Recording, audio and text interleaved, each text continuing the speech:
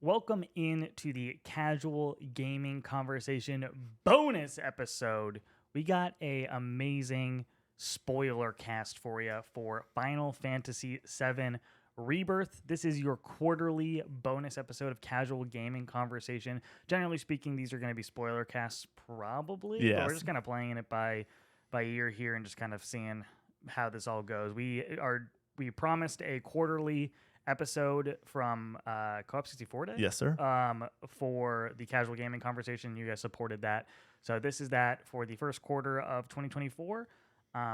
You'll still get your regularly scheduled programming on your Monday for the Casual Gaming Conversation, but this is a little bonus episode for you. Yes. And it's going to be a doozy because we both have a lot to say about Final Fantasy VII Rebirth. But before that, Nick, how are we doing? Oh, wait, real quick. We're on a couch. Oh, because yeah. we think this is going to be a really long conversation, and we want it to be a little cozy for you. A little comfy, cozy afternoon with the boys. You know what I'm saying? So. Yeah, the idea of sitting in a wood chair that's like pretty broken down already for potentially 2.5, 3 hours seemed pretty miserable. So we said, let's bring it on the couch. Let's hang out. Let's vibe out. Let's honestly get back to Connor and I's root of just being two dudes talking about games casually about what we love about them and what makes them immensely special. And there's no game that I think we want to discuss more than this game. Right. So I didn't review it when it came out. Nick beat it over a very short period of time, did like a main path plus a little bit of side content. I'll talk about where I'm at currently with the game, but I have beaten it. Beat it about a week ago. About a week ago or something. But how we're feeling right now, we just came off of a 9-hour stream of Subspace Emissary, the Super Smash Bros. Brawl campaign mode, and me, Brady, and Nick rocked that. Got our teeth kicked in by the final boss, so we went a little bit longer than it probably should have, but a lot of fun. Way better than I remember it being. Yeah. I mean, I remember it being really good, but like, goddamn, those cutscenes, everything about it just like is so hype and fun, and kind of it's video game junk food in a lot of ways. Just kind of throw it back, beat some baddies up, see all your favorite characters in gorgeous renditions, fight some amazing Rayquaza being one of the bosses is like fucking so cool. So sick. Like all of it's just kind of badass. The thing with this game was just like, I was like, this game rules. And I remember being 10 playing it and like just being like, oh, like this is fun, whatever. This game as a 23-year-old, I'm like, holy smokes, this game's awesome. I can't believe they haven't returned to Subspace Emissary. It seems I don't like Smash Ultimate is like a crazy package. It would be I think I had it at 47 or something, 43 42 or something like that on my top 50 games list. I think it would be like top 20 if it had a really solid, cool campaign that utilized the multiverse type universe or the crossover universe that it has. Like, why not do something really cool and interesting with that, with like some sort of story, or you don't even have to have the characters talk, just have them emote at each other and do little silly goofy things and interact. Watching them interact with each other is the coolest bit of Smash Bros. Like even like the Mario and Sora shaking hands at the end of it, of that trailer. It's like that simple interaction is just cool to see. So having a 10-hour campaign of those moments is amazing. So absolutely, I cannot get enough of it. But like I said, 9 hours of streaming, rolling into a podcast that's probably going to last 2 hours at 2 to least, 3 hours maybe. I don't want to make any promises on how long it's going to be, because you guys are going to see the time that whatever it is when it gets posted. We're going into this with Connor preparing a list of topics. He showed me the list of topics. It's 53 points. 53 points. It's 39 from the main game, and then 15 to just talk about the ending and the specific moments. 39, is it 54 or 53? 50. It might be 14 points at the end. It's 15 points. Oh, it's 15 points. Then it is 54 points. Oh my God. I added one at the end. Oh, okay. That's why. Yeah. I added Sky as the last. Oh, there you go. We got a little tease.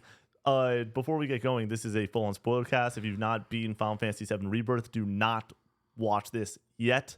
Come back when you finished it. I know we'll be here. This game's beefy. This game's long. A lot of people are playing it in different ways. Shout out to Hope in the Discord, who's been bouncing back and forth with me on conversations, just grinding away at it. She was going for every single collectible, and it seems like the Platinum Trophy currently is glitched and you cannot get it. So I am. Oh, really? Yeah, one of the side quests is broken. Oh. So like you're supposed to get the high score on one of the things, and it doesn't play like the cutscene that indicates that you got the high score, even though you do have the high score, and it won't update on the like leaderboards, and then you are fucked. Oh, cool. So I'm holding off on doing the final side quest for now, but let's jump into this proper. Let's not dilly dally. We spent the first however many minutes talking about Super Smash Bros. Brawl, just wasting time before getting into getting into Final Fantasy 7 Rebirth. I'm gonna kick it off. I was about to say, this is a long-awaited moment of, you guys heard me and almost saw me cry multiple times during our initial review and my feelings. I'm really excited to get your official statement to this community and everything on tape, and your experience with this game. And so I'll let you take it away with what I would preface this, not just for time code purposes, but what are you starting out with? This is the overall thoughts. Great. That's the first point that I've written down, just the overall thoughts, where we feel about the game now. You doing some post-game content, me, who I did every single piece of intel in the open world. Nice. For my first playthrough, I did almost every single side quest except for 3, I guess now, but I've done one of those 3. I have 2 left to finish off, but I'm not even touching them because I'm afraid of I think the one that I have to do initiates the last one, which is the glitched one. So I'm not even messing with that right now. I barely touched the VR missions. I barely touched the Coliseum and the Gold Saucer. I did like a few of the races, and so I touched everything. Yeah. I like played every single mini game to some extent, but I didn't like dig into it per se for my first completion playthrough. And then now I have finished the game. I'm going back through. I've done so many VR missions. I've done so many Coliseum missions, so many mini game quests and everything, digging back into the proto relic stuff that you have to do like on hard mode. Final Fantasy 7 Rebirth, this isn't my review. There will be a full written review for this game with the score and everything, but Final Fantasy 7 Rebirth is the best Final Fantasy game and is one of the greatest video games ever made. And it's why I play video games, and it is extremely special. And every single day that I get to play it, I like can't believe how good it is still. Like jumping back into the open world and kind of sampling everything, I'm like, okay, let me do some of these VR missions. Okay, I finally beat Odin, so let me go to do some mini games. I'm doing the Brawler, and that's a whole nother new challenge. Oh, there's so much more Queen's Blood stuff in the Gold Saucer. Let me go dig into that a little bit. Then let me go do Rocket League with Red 13, and let me go to the shooting gallery. Oh, I've been doing minigame stuff for a while. Let me go back to the Coliseum and do some actual combat, which the combat is just fucking excellent. And then like it's just a constant cycle of like I'm enjoying every single moment of this game, let alone the open world and how much I enjoy digging into that.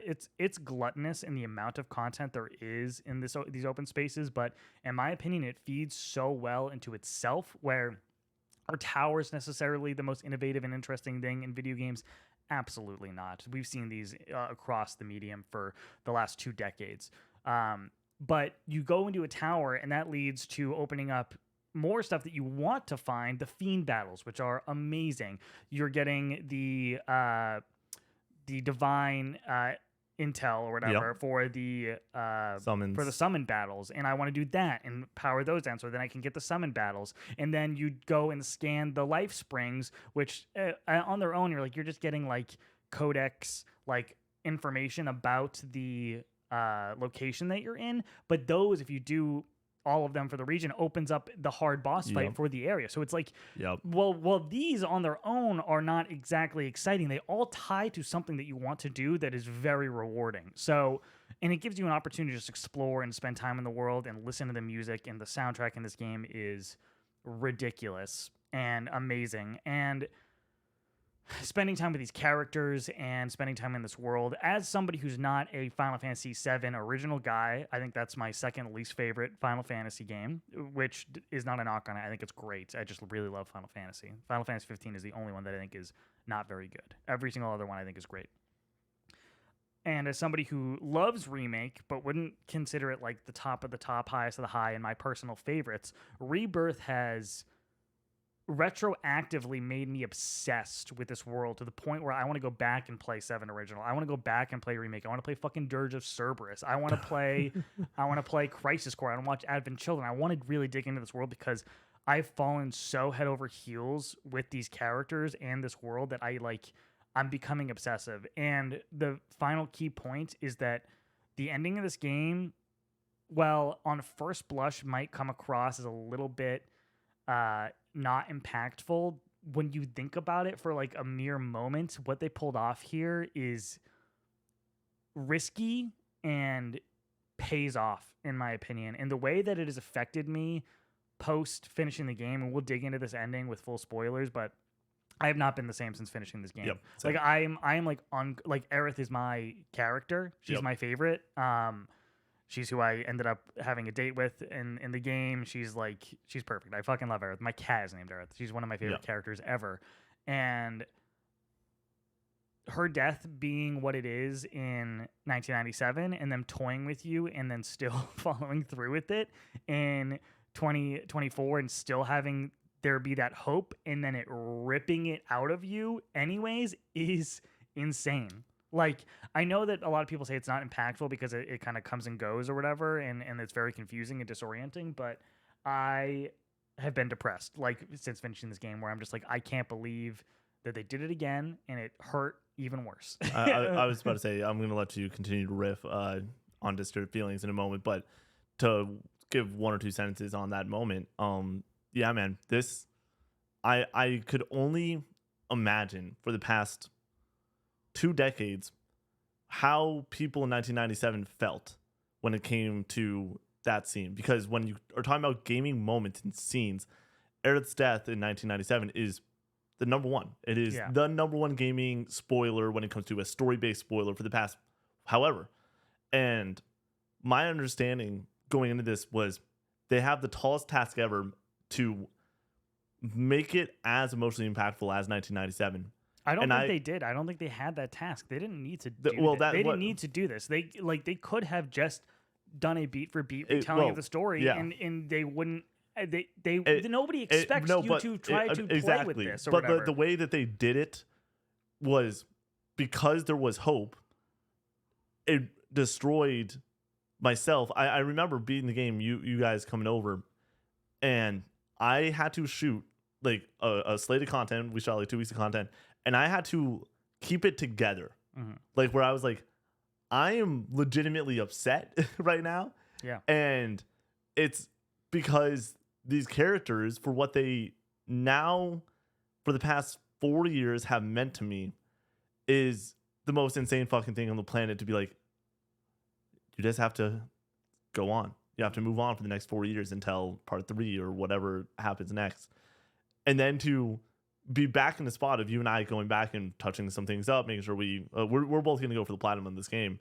To go back and re-experience this grand adventure, it's heartbreaking because you're like, I know what's coming. Yeah. And we're going to talk a lot about this at the very end of this spoiler cast of what our thoughts are with the end of this game, theories, all that fun stuff. Yep. It'll be time coded out to when we get there. But yeah, I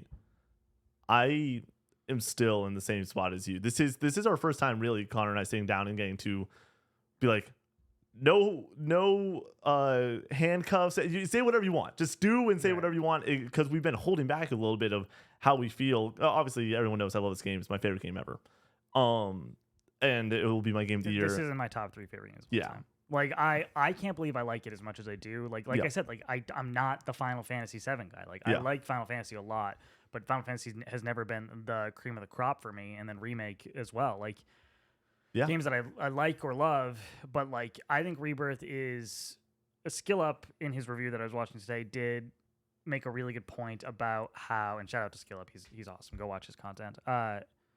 We don't know how many more games like this we're gonna get. You know what I mean? In an industry that's moving in a direction that's so free to play and so live service and safe and sequelitis and just like trying their best to not rock the boat.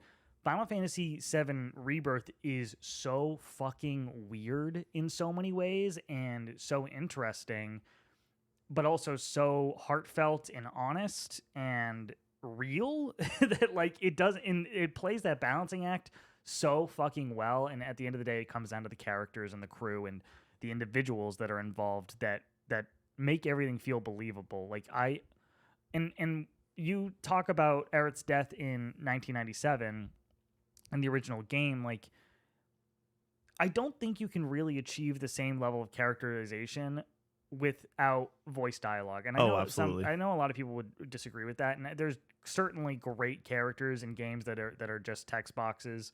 I think of Final Fantasy VI, like Celeste and Locke and Terra, like so many great characters there. I mean, honestly, the whole crew in 6 are amazing. And I fell in love with them just through text boxes. But I don't think you get to the same level of personality and charisma without these voice performances. And it's just elevated so much here because of the side content and the main content feeding into themselves and always keeping the characters at the forefront when it comes to developing this world and your feelings towards them. That each side quest like has like a character that it relates to. It's like, this is this character side quest, you're gonna get this moment with them. Like there's one with Barrett where he's talking about Marlene like going off and he's like, I'm gonna lose her. I just want to support her or whatever. And then he's like, oh, I can't do it. I mean, it's so cute and it's so weird and silly, but like it's just like, well, now I feel like I know Barrett more, and this happens just constantly with all the characters and the way that this game has developed in my mind to being one of the greats. Like, I think is very impressive. It's not perfect. I wouldn't score this a masterpiece by any means. There's stuff that I can point out that I don't think is up to snuff or like as good as it could be, and that's the real big difference between favorite and best. And we're gonna have to keep hammering home this point because people seem very confused on when we say this is one of my favorite games of all time. It's a 9 out of 10. Like, I think Kingdom Hearts 1 is like an 8 out of 10, but I love it more than anything on the planet. Like, level design is absolute shit at moments, but who cares? Its directions are horrible. It's very simple in a lot of ways, but it's my favorite game. Like, so keep that in mind. So let's real quick. What just are to your get overall into feelings now? Overall feelings. Over a month passed now since being this game. We're about crazy. A month. Yeah, it feels like it just came out. Yeah. Because I've been in it for so long. We had to play Rise of the Ronin in between me finishing Rebirth, then Rise of the Ronin, and then me coming back to it. I'm like, holy shit! Final Fantasy VII Rebirth is so much better than Rise of the Ronin. Like, it's actually laughable. But once again, I feel like we're talking about two different leagues, especially when you get characters, especially in there. It's almost like watching the JV squad and then you watch an NBA team go out there and do what they're doing. They're still playing the same sport. Oh, they're still playing the same sport. Yeah. I've come around that it's a more than fair comparison. But my overall thoughts at this point, this game means everything to me. The conversations I've had about this game for the past month have been my favorite conversations I think I've ever had. This is the reason I love gaming. This is the reason that I like legitimately started Brady's wedding speech with I'm so thankful for all the things my brother's given me. The thing my brother gave me the most is my friendship with Brady Goodall. And I'm at the point that I'm like, that might be incorrect because Connor gave me video games. And before way long ago, I was known when it came to being lazy and taking time for myself. I would not be playing games. I would be watching TV. I would be watching movies with friends. I'd be out with friends. I was very social in high school, and I got really into gaming on the news side and getting into games daily and all these things that like now result in me wanting to create content about video games for the rest of my life. But at the end of the day, I didn't have this overarching passion in the way that you do when it comes to gaming. This game just meant everything for me, and it stuck the landing in a way that I can't believe it's real. I can't believe that it is as good as it is. I can't believe that the music in this game is as good as it is. I can't believe that the characters are as good as they are. Red 13, Kate Sith, and Yuffie went from total sideshows to legitimately some of my favorite characters ever. Yeah, they made me care about the fucking cat, and I love cats, but like Kate Sith in the original game does not matter to me. Like, he was like whatever. The moment Yuffie comes from Kingdom Hearts for me. Like that's my information on Yuffie, and I she's whatever in 7 original, and I think Yuffie's the best character in this game. Yeah. She's the heart and soul of the crew, and she is fucking funny. Yeah. she might be like the comedic relief in some ways, but she still has a ton of her heart. relationship with Cloud, her relationship with Barrett, her relationship with Red, like all of the, and then her relationship with the girls, like every single thread hits so well, and it makes the player decide on their party choices. It makes the player think about who they want to talk to potentially get a date with on your first playthrough. Like, I am so thankful that I give a fuck about gaming, because if not, I would never experience this. And this is like the reason that I'm going to consistently be like, video games are really cool and really important. You can't get this anywhere else. You can't. Because of the format and the way that it lays itself out. Like, you don't get this characterization in anything else. Like, and it's not just Final Fantasy VII Rebirth, just video games in general. Yeah. Like, but this is the game that you and I keep on going back on. Or I think if they stick the landing, if this third game is amazing, and I honestly just think it needs to be more of the same.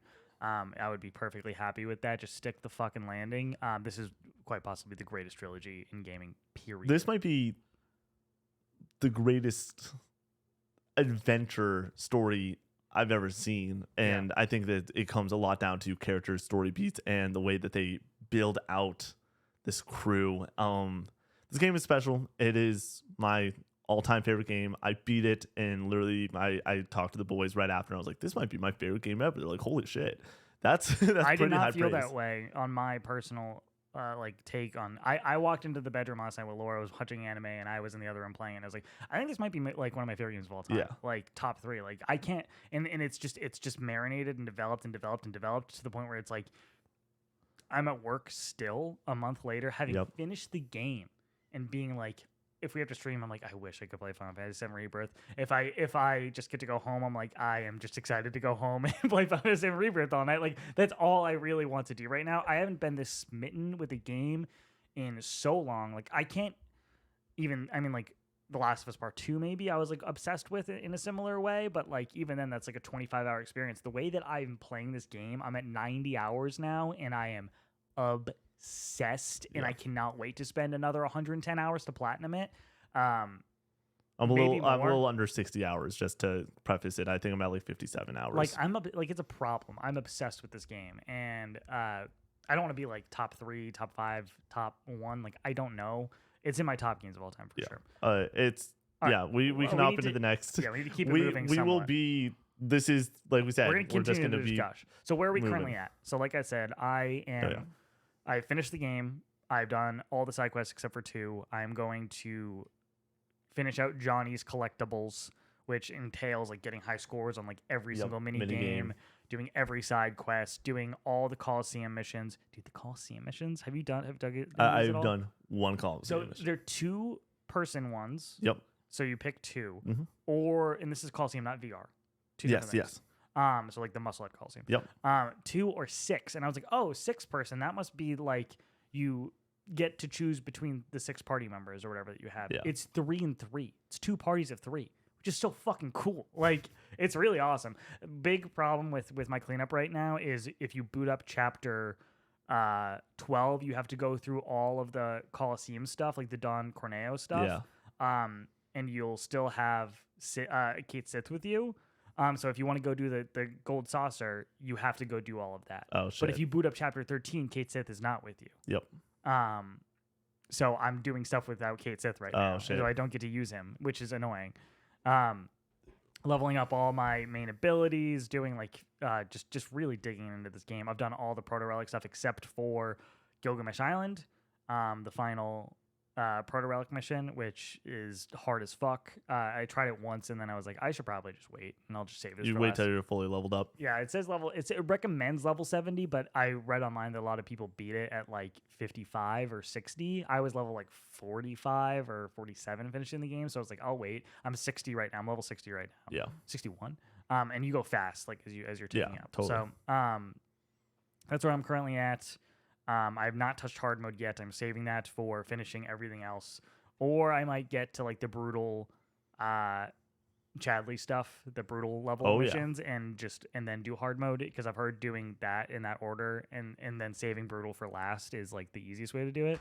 But we'll see. I'm just grinding it out. And like I said, every single time I get bored with one thing, I literally spent last night, I did 3 chocobo races, and I was like, okay, because I need to clear all of them. I did 3 chocobo races, then I went back to the Coliseum, did some like actual fights, and then I realized that in the Queensblood area in the Golden Saucer, there's a list of them. There's like another 20 Queensblood things. I was like, fuck yes! I love Queensblood. So we'll talk about Queensblood. So I did some Queensblood stuff, and then I went back out and did some Chadley VR missions, and then I went to go do. I had to go get some Choco Grass and finish that out in Nibelheim. You know, like for the Sage. I don't think you did that side mission, but there's a Sage that you're like collecting Choco Grass for. There's 50 of them, and I had 48. And I could not fucking find the last 2. And like, there's no like easy tracker way to do it. So like, you just have to go to every single location of where they are. Is that in batches? Like, it's not just 50 overall when you first get overall. It. So the Choco Grass is in the Nibel area where you're flying, and there's like the little yellow tufts in the air or whatever. Oh yeah. So like you like go through that, and it's like 1 Choco Grass, 2 Choco, like. Oh yeah. I had 48, and like one of them was like hidden behind a bridge, and then I had 1 left, and I literally looked up. I am stuck on the last Choco Grass, and there was a Reddit page that had like 3, like a bunch of posts of being like, it was this one for me. It was this one for me, and I did by the 3rd one. I checked where that 3rd one is. They were like, it's by this Divine Intel or whatever, and I went to that, and there it was. I was like, fuck yes, thank God. So I'm like doing a little bit of that. Like it's just, and then when I get home, I'm gonna go to Fort Condor hard mode, and like the way that it just keeps. And then I'm going to go back to do the Chocobo races. Like, it just keeps, like, dragging me along with new and exciting things to do that, like, I just can't believe how good it is. Like, this game does side content better than any other game I've seen as someone that has not played a fuck ton of the side content in this game. The way I played this game and where I'm at currently is very simple. I beat the game, and then I said I wanted to rush to the game, but smell the roses while rushing. Being like, if there's something that took me away, I love you bringing up the mission about Barrett as you're climbing, and that's a Junon mission, I believe. Yeah. Did you do that one? Yes. Yeah. I love you bringing that up because bow wow wow bow wow wow. Yeah. Come on, dude, that song is a banger. It came back in the Coliseum today. Oh my god! And it's like the battle theme banger. It's like, oh, it's so good, and it still goes bow wow wow, but it's like more like elevated. Oh my god, it's so good. But yeah, I did a few side missions along the way. I didn't really care too much about doing towers too often. When I would see one, I would do it. I wasn't going out and making sure to do stuff for a few reasons. One, I took time off, and I would have done this if we didn't have the channel or anything like that. I took time off to beat the game. I legitimately was like, I want to finish this weekend, have the game done, not get it spoiled for me. You did 4 days of playing. Yeah, I did Wednesday, Thursday, Friday, Saturday playing. Yeah. And of those days, I played like 14 to 18 hours every single day. Yeah, 50 hours total. And so, yeah, I beat the game in about 50 hours. It was great. Adored it. And then I was like, cool, I'm going to go back on hard and start. Because the way I see it is, beat the game on hard now, because that is the most difficult part of the platinum. Do all the side stuff that I want to do during it. So I'm still under leveled where there's recommended things for 70, but I honestly am smart enough with the combat to be like, okay, it's hard, you don't have any magic, use prayer, but also use soul drain often to get more MP for Aerith. I'm running Aerith, Barrett, Cloud. I don't know if that's the meta or anything, but like that is just who I'm. Do you have to choose anybody right off the rip? Do you have Yuffie in all of them, or do you have to wait to get the? You have to wait to get them in the party. So last night cleaned up the grasslands, did a little bit of Junon stuff, but like I'm making sure that on this playthrough on hard, do everything. Is that should I have jumped and done it on the easier mode first and then done hard? Maybe the way I see it is most likely I'm going to beat this game on hard, and I want 10% of the trophies left. Hard mode's my little treat. Yeah. At the end, it's my reward for finishing everything else. Which is still really great, but I just want that extra challenge, because I do think that the biggest issue with this game is the difficulty, or one of the biggest issues is the difficulty, and how it doesn't require you to really dig into a lot of the materia that is in the game, and it feels really unnecessary because of that. So hard mode will be like where I use haste and Connor's all about that haste, deeper tech, dude. I mean, like I love haste in Final Fantasy X. Your party like is like has like little cycles where they're just like waiting to attack or whatever. But when you use haste, they all, because it's turn based. Look at me, they all go like, they like do their thing really fast, and it's really goofy and funny. But it's really powerful because you're going turn based, but you get like 3 turns sometimes. Somebody else is 2, and like you're just going like a lot faster. So I really like haste in that. So I wanted to feel something like that, feel really satisfying to use these buffs and debuffs, and it does not feel that way at all. Like you can really get through this game using your regular abilities, curing, using items, and like that's it. You can very easily coast through it. You can still die, but you don't. The thing is, you don't have to think. Whereas hard mode, from what I remember from the original, you have to think. Like you have to, it's a puzzle almost. Except for that last boss fight, we all know that last boss fight. Every single person I started the last boss fight at 1 a.m. like the final boss fight, and it was almost 3, and I had to be over to play Star Wars Battlefront in the morning. And I was like, I just have to go to bed, and then I'll beat it when I get home. And then I beat it when I got home, and I was so tired, and had to start Rise of the Ronin like right after that, which was just what a trip that was. A gluttony of good content, but like geez, go Connor, like the Rise of the Ronin review with Connor being Rebirth was a lot of fun to be like. Because I know all you want to do is play Rebirth, but good on you for getting that done and making sure that game is completed for review and everything. I think we did a great job with that review. All right, so I have characters listed next, but should we just kind of talk about characters? And I want to let's just talk about our favorites and like who we kind of rocked with in our party. One last thing of context I want to give of where we're at. Connor and I both beat the game. We both had to, at the end of the game, to get the chapter select. Oh my God. So because we didn't save correctly. You need to save at the end of this game. Connor called me a big dum-dum, and then he did it himself. So I thought that the indication was that if you pop up the last menu, that is an autosave. That it saves. That is what I thought too. So I thought you exited in the credits. And that's what happened. So I was like, okay, Nick exits in the credits. So wait for the thing to pop up. It pops up. I'm like, great. Okay, we're done with the game. It is saved. I can do chapter select, turn the console off, come back after finishing Rise of the Ronin, and I have to redo the ending again as well. So the ending isn't the last boss. It is like 7 bosses. Yeah, it is. And it's fucking awesome dude. It is. We're going to talk about the ending of this game. We're going to talk about the start of this game. We're going to talk about a lot in this fucking game. We have a long podcast ahead of us still. But I wanted to mention that for the context of like after beating this game where we're at currently, things that will happen eventually. We will both platinum this game. Yes. We will both, and Connor knows this. This will be, unless I platinum something before it, which the only thing I could think about platinum before is if I get hooked on Stellar Blade. Stellar Blade looks fucking awesome. Looks so it's good. got a fucking parry, dog. Dude, the parry and the dodge look really great. Yeah, anyways, which is way more than I thought it was going to be. Yeah, hack and slash goodness. And so I don't think that I'm going to platinum though anything before it. It takes a very special game for me to platinum, or a very short game for me to platinum. Number 45 for me, and it'll be number 4 for me. So, and then also I can say without a shadow of a doubt, any long stream for the rest of our existence as a channel most likely will include me or Connor or both of us playing some Final Fantasy 7 Rebirth. 48-hour stream. Let's just do Chapter 5 Queen's Blood tournament. Fucking 24-hour charity stream. Let's get an hour of Gold Saucer shenanigans. Let's put fucking Raiden on the sticks for an hour to start the game or whatever. Like chocobo racing. How do you feel about the chocobo racing? Did you do any? I did a couple of the normal ones, and then I haven't gone to the dude, so much fun. It's really like it feels great. I'm excited to talk mini games. I believe that's a topic down the line. Yeah, but yes, I just wanted to mention that because I think that is a very funny aspect of this. Connor and I both beat it. We're like, let's go.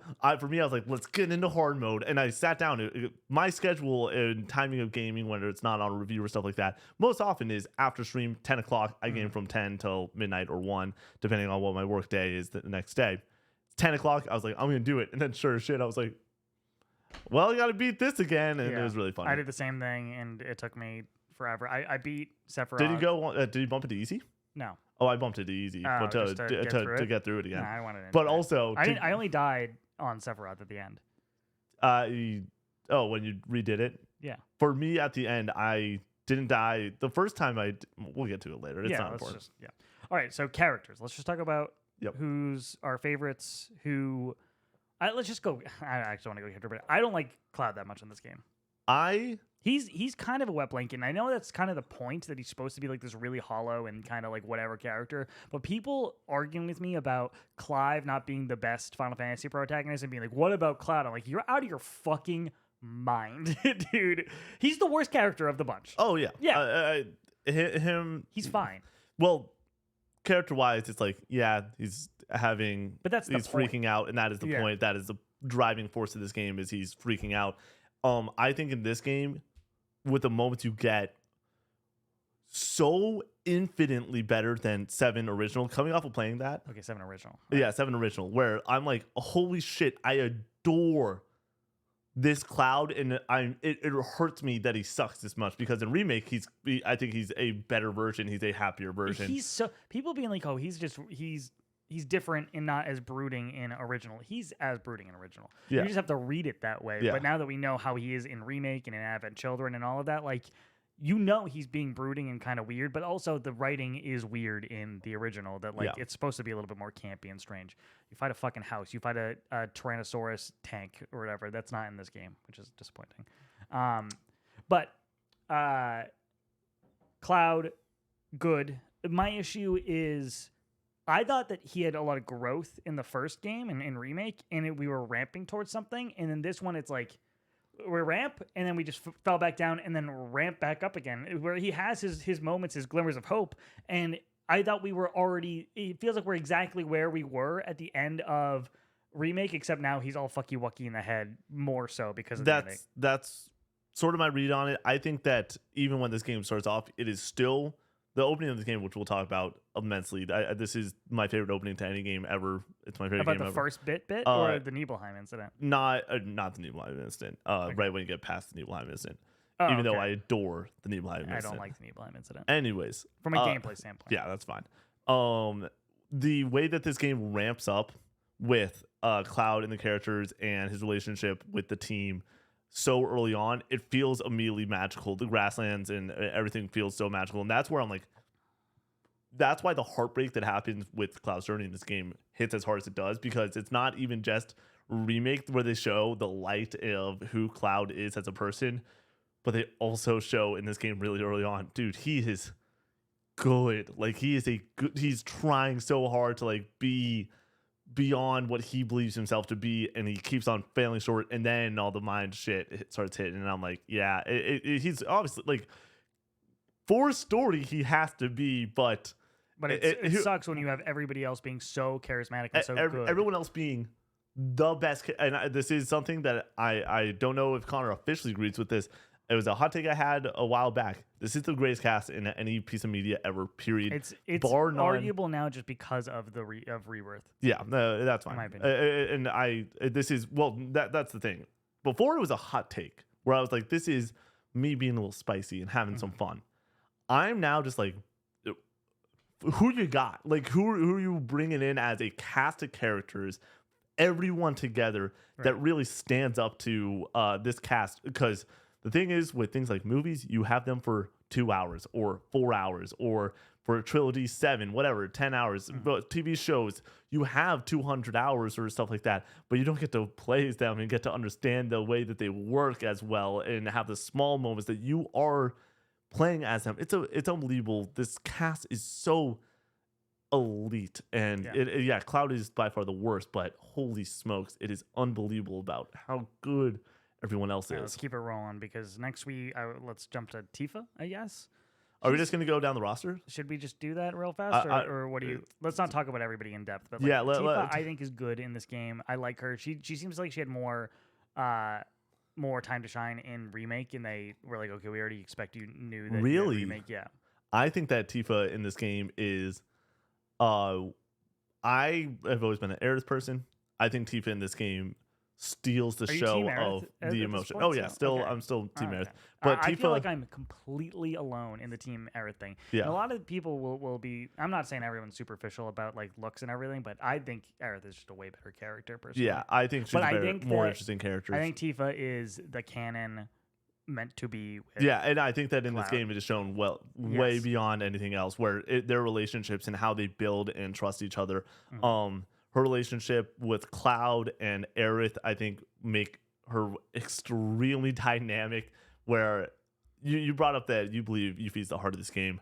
I think in a lot of ways that all three of the girls are just so fucking amazing for different reasons that Tifa might be my like point two of like highest riser other than Yuffie, Kate, Interesting. Red. Like from the main crew where I've always just been like, Maybe Bear's my fucking guy, Aerith is my girl, Tifa, I adore you, but I was almost like Aerith's my girl, so I kind of got to hate you a little bit. For this game, I'm like, I just love them all I so just love much. everyone, yeah. So then Aerith, I think they tried their hardest to make her like the big focus because of the ending. They like really wanted that to impact you and for you to care. And I think they do a really good job. Yeah, Aerith is my favorite character in this game. Aerith is, I think, my favorite character in media at this point.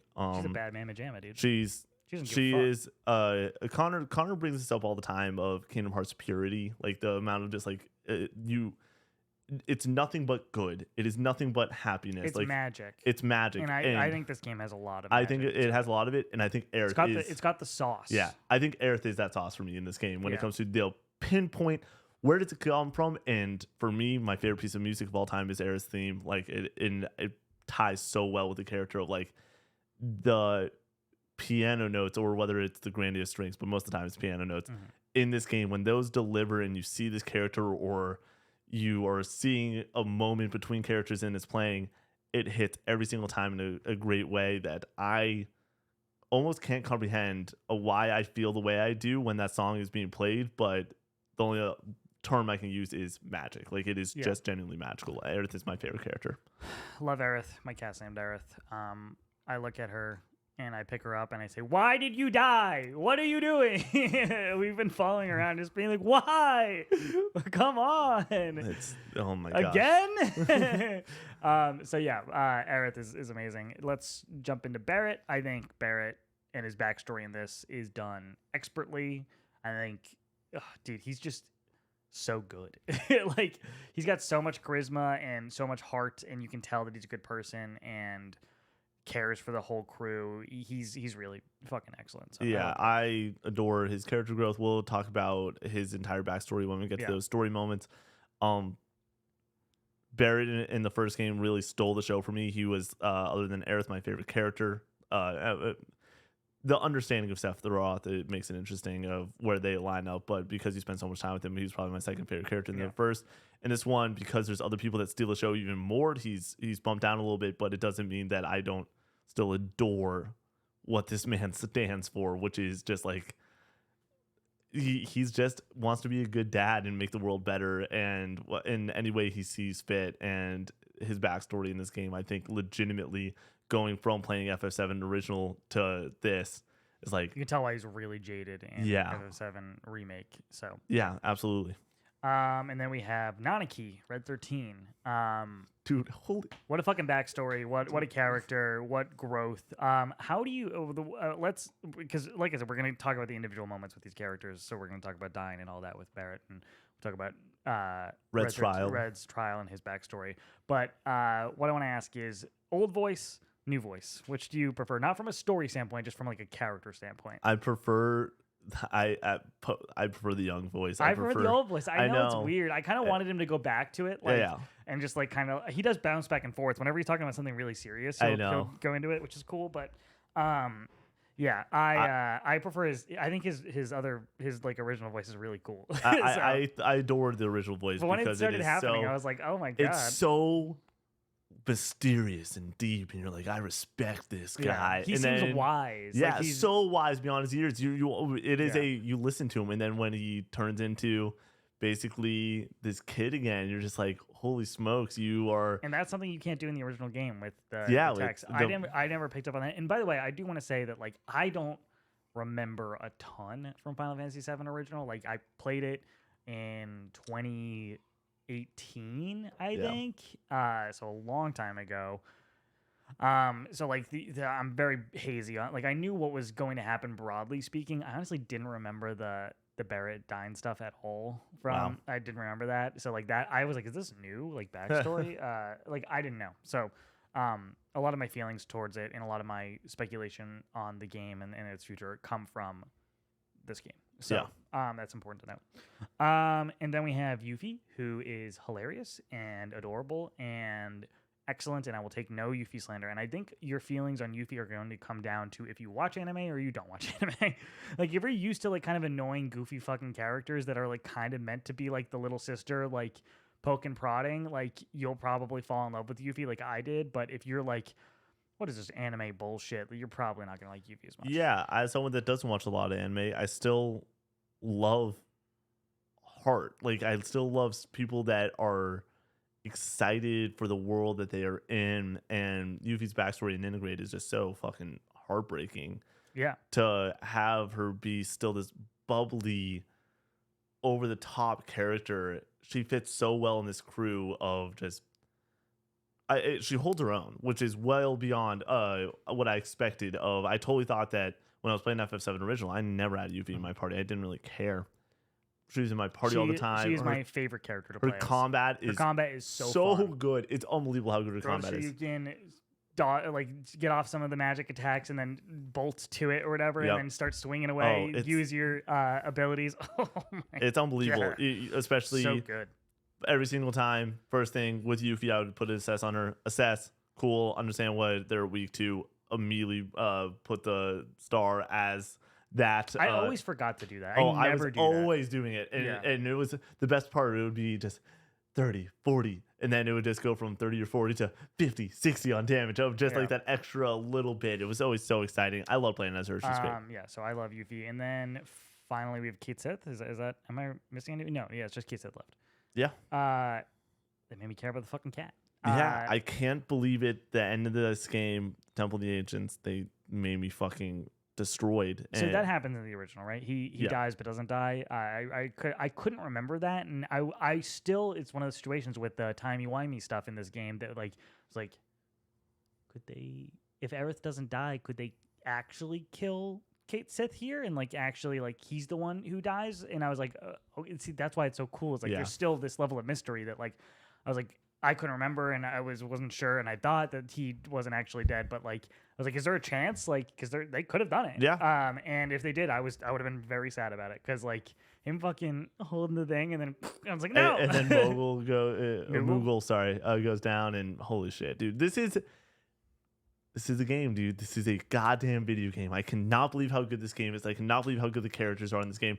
Before we move off of characters, Connor and I discussed whether this is a masterpiece or not all the time. I'm at the point that I gave it a 9.5. I'm sticking with a 9.5. I know I legitimately, for certain moments in this game, cannot give it a 10 out of 10 because it just slows you down so much from the good that you're having. In the same way that Remake, I gave a 9 because it does that way more. It just like slows you from what you actually want to be doing, and that's not ideal. That is not a masterpiece level game. That you need to take out a lot of that filler. But the reason that I can make a strong case for this game being a masterpiece is it does characters better than I've seen in any other game ever. And honestly, I think it's like, and it's a tier of its own. Like I don't know you could do characters this well, especially for there's game series that have multiple different games that let you build character development and understanding of who these people are. I look at Spider-Man and God of War. I think God of War does it very well, but going like it doesn't do it to this level of like developing even further and settling in. I feel like the writers on this game, for these character writers, were like, we know these characters so well, and we're just going to let them be exactly who they are all the time. We're not going to have anything that makes you question these characters. Every single thing is going to add to them. All these side missions we're going to include is going to add to those characters. Like every single decision, I feel like the Cory Barlog tree is like combat, character, story. Every single thing we're doing needs to add to one of those things. They were just like, we're doing all characters. Like we're going to make sure that every single moment you are adoring these characters. So if you're ever having a tough time, I think we're going to talk about the Kate Sith moment of tossing boxes. Who gives a shit? I'm just happy to be playing as Kate Sith. Yeah. and starting to enjoy some of his combat. Yuffie on Mount Coral, you're just like, all right, I'm Yuffie now. I'm gonna get to understand this character better and get some of those small moments and those quips and those things that make me want to do the other shit way more. I do wish they forced more moments with like splitting different up the parties. party. They did it. I think they did it better in remake. But when you do have those moments, your Red 13 and Barrett moments, Dude. the boys, dude, Yeah. the fucking boys. Who we bringing in? Who we bringing in? Bear. What? Just like it's so awesome. Yeah, that's my dog, dude. Yeah, those two going to do the trial is legitimately just we'll talk about this real quick here, the character moment. Did you notice that after they do the trial, since Barrett was with him and he gets all the backstory for Nanaki, he never calls him Red 13 ever again. No, I didn't know that. Never, always calls him Nanaki. Everybody else calls him Red throughout the game. Still, on off chances, Barrett never calls him again. That's so good, dude. It's so cool. It's so good. It's so good. I don't know why this just is the greatest thing ever for me. Each character knowing victory themes and stuff like that. Kate Sith doing it, it's so good. Barrett doing it so good. Just like, these characters get it and they're all in on themselves. Like I don't know if there's ever been a more successful, we're gonna go and like I can understand why certain people aren't in love with this game. I don't understand people that don't like hold this as like a great video game. This is a great video game, and that is the worst thing you can say about it. It is a great. I can't really wrap my head around a lot of negativity about this game. For me, it legitimately, and this will be my game of the year. For sure. Yeah. There is no way. There is no way. Brady and I were sitting a few weeks ago together after I beat it, and I said, "Hey man, you're gonna have to beat Rebirth." And he's like, "Why?" And I'm like, "So you're gonna be on the Game of the Year pod with Connor and I this year, most likely. And if you don't play it, there's a chance that a different game points works out to being higher than Rebirth." And I won't allow that to happen. Like, Rebirth will be Co-op 64's Game of the Year. I mean, if you and I put it at number one, it'll be number one. Well, no, what I was saying, though, is like, let's just say we all put Helldivers at 3. That's 24 points to our 20. That if he doesn't play it, there's a chance it could beat it. We need to do it. And sure as shit, he's like, I might do it. And now he's playing Remake. He will play Rebirth. It will be Co-op 64 Game of the Year. Sorry to spoil that. Unless he hates fucking Rebirth for dude, some reason. he was like, I like the combat. And I was like, that's all I needed to know. Because you're going to like the characters. You're going to like the characters. Everyone likes the characters. All right, we are, I think, an hour in right now. At least 45 minutes in. And we are on point number 4. Of 54. For the main game. But 54 total. Okay, so let's get into Zach. And let's just briefly... I want to just, because the way that they treat Zach in this game, I think is interesting, because it's very clear that Zach is for the next game, in my opinion. Yeah. Like the main payoff with Zach and his factoring and all of this is in the next game, and that's why they really, like, you can play as Zach in that first bit. The game opens with Zach. Yep. And he's in an alternate timeline where. Are we going to discuss the opening of this game? Yeah. Is that okay? Cool. Zach, where he is chasing after Aerith, and the tornado that they caused in Remake at the end, that set fate to the wind. They seemingly Nick's getting Dr. Pepper. It just threw me off. Dude, we're gonna get, if we're 40 minutes into this podcast, I'm gonna need some juices flowing. All right. So Zach is going after Aerith. Everybody else seems dead. Zach gets Aerith after bringing Cloud into Midgar, and she seems to die, but I guess is just in a coma, and her holy materia falls out of her hair just like it does in the original game, and indicating that she's dead, but she's not dead apparently. And then he goes on just a journey of helping people and trying to figure out what he's supposed to do in this situation, and seemingly is in a universe that's doomed to fade and to die, I guess. So I think that the way that they sprinkle it out, and how you can see that opening scene and then not come back to Zach, depending on how you play the game, for literally like 45 hours, like, is a bit of a problem when it comes to his arc.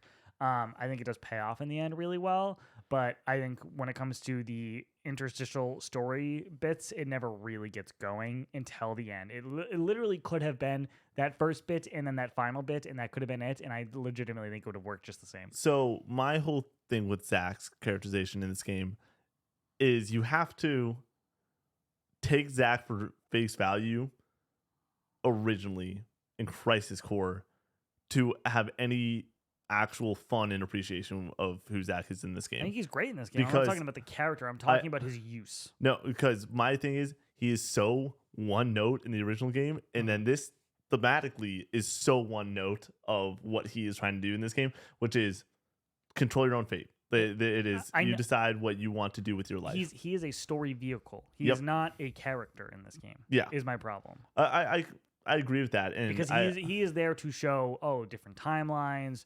Changing things might always still lead to you dying anyways, and then like we get to the end, he's able to like kind of break free from that. And then they just decide we're just going to do the dopest fucking shit ever and let you play as Zach and Cloud at the edge of creation against Sephiroth. This game opens and you get to play as Zach, and when that happened, I was like, oh shit! Yeah. What the fuck? Immediately, I was like, are we copying into the opening now, or are we going to combine these points? Zach. I mean, this is Zach is the okay. Zach exclamation point question mark. Okay, is the next point. Is the next point. Yeah, no, this is the opening to this game is my favorite opening to anything ever. Really? I think it's cool. But no, it's not just it. Connor, you're describing the opening as Zach. You're wrong. The opening is you press start in this game. You have Cloud burst out of a fucking Shinra window on a motorcycle in the dirtiest version, and Connor have different opinions on the song overall. The dirtiest version of One Winged Angel fucking cranks on your TV screen, and you are immediately thrusted back into the wild ride that is the end of FF7 Remake, a game that is one of my all-time favorite. But if it's not even your favorite, you're like, holy shit, yeah, this was pretty fucking insane because of the music in the moment allows for this pure insanity. And then what Final Fantasy does really well, in my opinion, let's hit the music switch, let's bring it in, and the world switch over, the timeline switch over. We have realization moment of the stamps bag flying out after you go and realize we're in a different timeline. You bring Zach in. Sure, you're playing as Zach. Sure, you don't have the full moveset. It's just supposed to be a story moment. The first 10 minutes of this game, the only word I can describe it is fucking wild. Like, it is wild. And I'm all about it. Immediately gripped by the stinking throat, dude. I am all about it so fast. And it's because of the music, because of the characters, because of what this world is and what it can be. And literally in the first 10 minutes, it's like, here's all of it. Here's characters, here's hype, here is combat that you love, here is moments, here is confusion. Like, it is awesome. And I legitimately I've gone and watched I think 7 or 8 streamers start this game just to get that first initial punch of not even the Zach moment where the timelines flip and the sky and the music and the piano keys hit and it's perfect, but just Cloud bursting through that window. Because for me, I'm sitting on my couch and Cloud bursts through that window and the music starts cranking and I am legitimately weeping, dude. It meant a lot. Like, these things that I want more games like this. It means a lot to have a moment like this of like, we are so fucking back, dude. Yeah, like, we're just back. It was awesome. I love it. And I was shocked that you play as Zach so early and then you don't touch him again, which is weird until the ending. Yeah, I think that's strange. I wish there was another like real combat sequence. Yeah, if I'm being honest, I'm all for this game consistently and the series mostly being 90% to 95% a true remake with making it better in every single way possible, and then 5 to 10% batshit insanity. And I know that you wanted more batshit insanity. Yeah, I feel like they set up the game in Remake to be more batshit insane. Yeah. The whole line at the end is the unknown journey continues, like, or will continue. Like, that's a statement. You know what I mean? Like, and they do kind of deliver on it all at the end, but like, I wanted it to be the same but a little bit different, like constantly, rather than the same and then very different at the end. You know what I mean? Like that was the problem. All right. So Zach, we've handled that Nibelheim incident. I think the sequence is really harrowing and cool, and they did it justice to the original. But this is the period where I was like, I cannot believe the slowdown that they have in this game to just like you're all gas, you're fighting enemies, you're playing a Sephiroth and Cloud. It's super cool, and then you're moving a vacuum cleaner to suck up Mako at the slowest pace possible. You're crawling at the slowest pace possible through the burning city. You are limping at it's like, guys, just a little bit faster, and like you don't need to slow us down. This game is 100 hours long. If you do most of the stuff, like please just go a little bit faster. Yeah. So that was my biggest issue with, and why I did not feel as impacted by the opening of this game. I think once you get into the open world and like it opens proper, that's where that is the opening or whatever. For me, the opening is after the flashback ends and you get the Tifa on the roof Cloud conversation where like the actual story really starts to begin.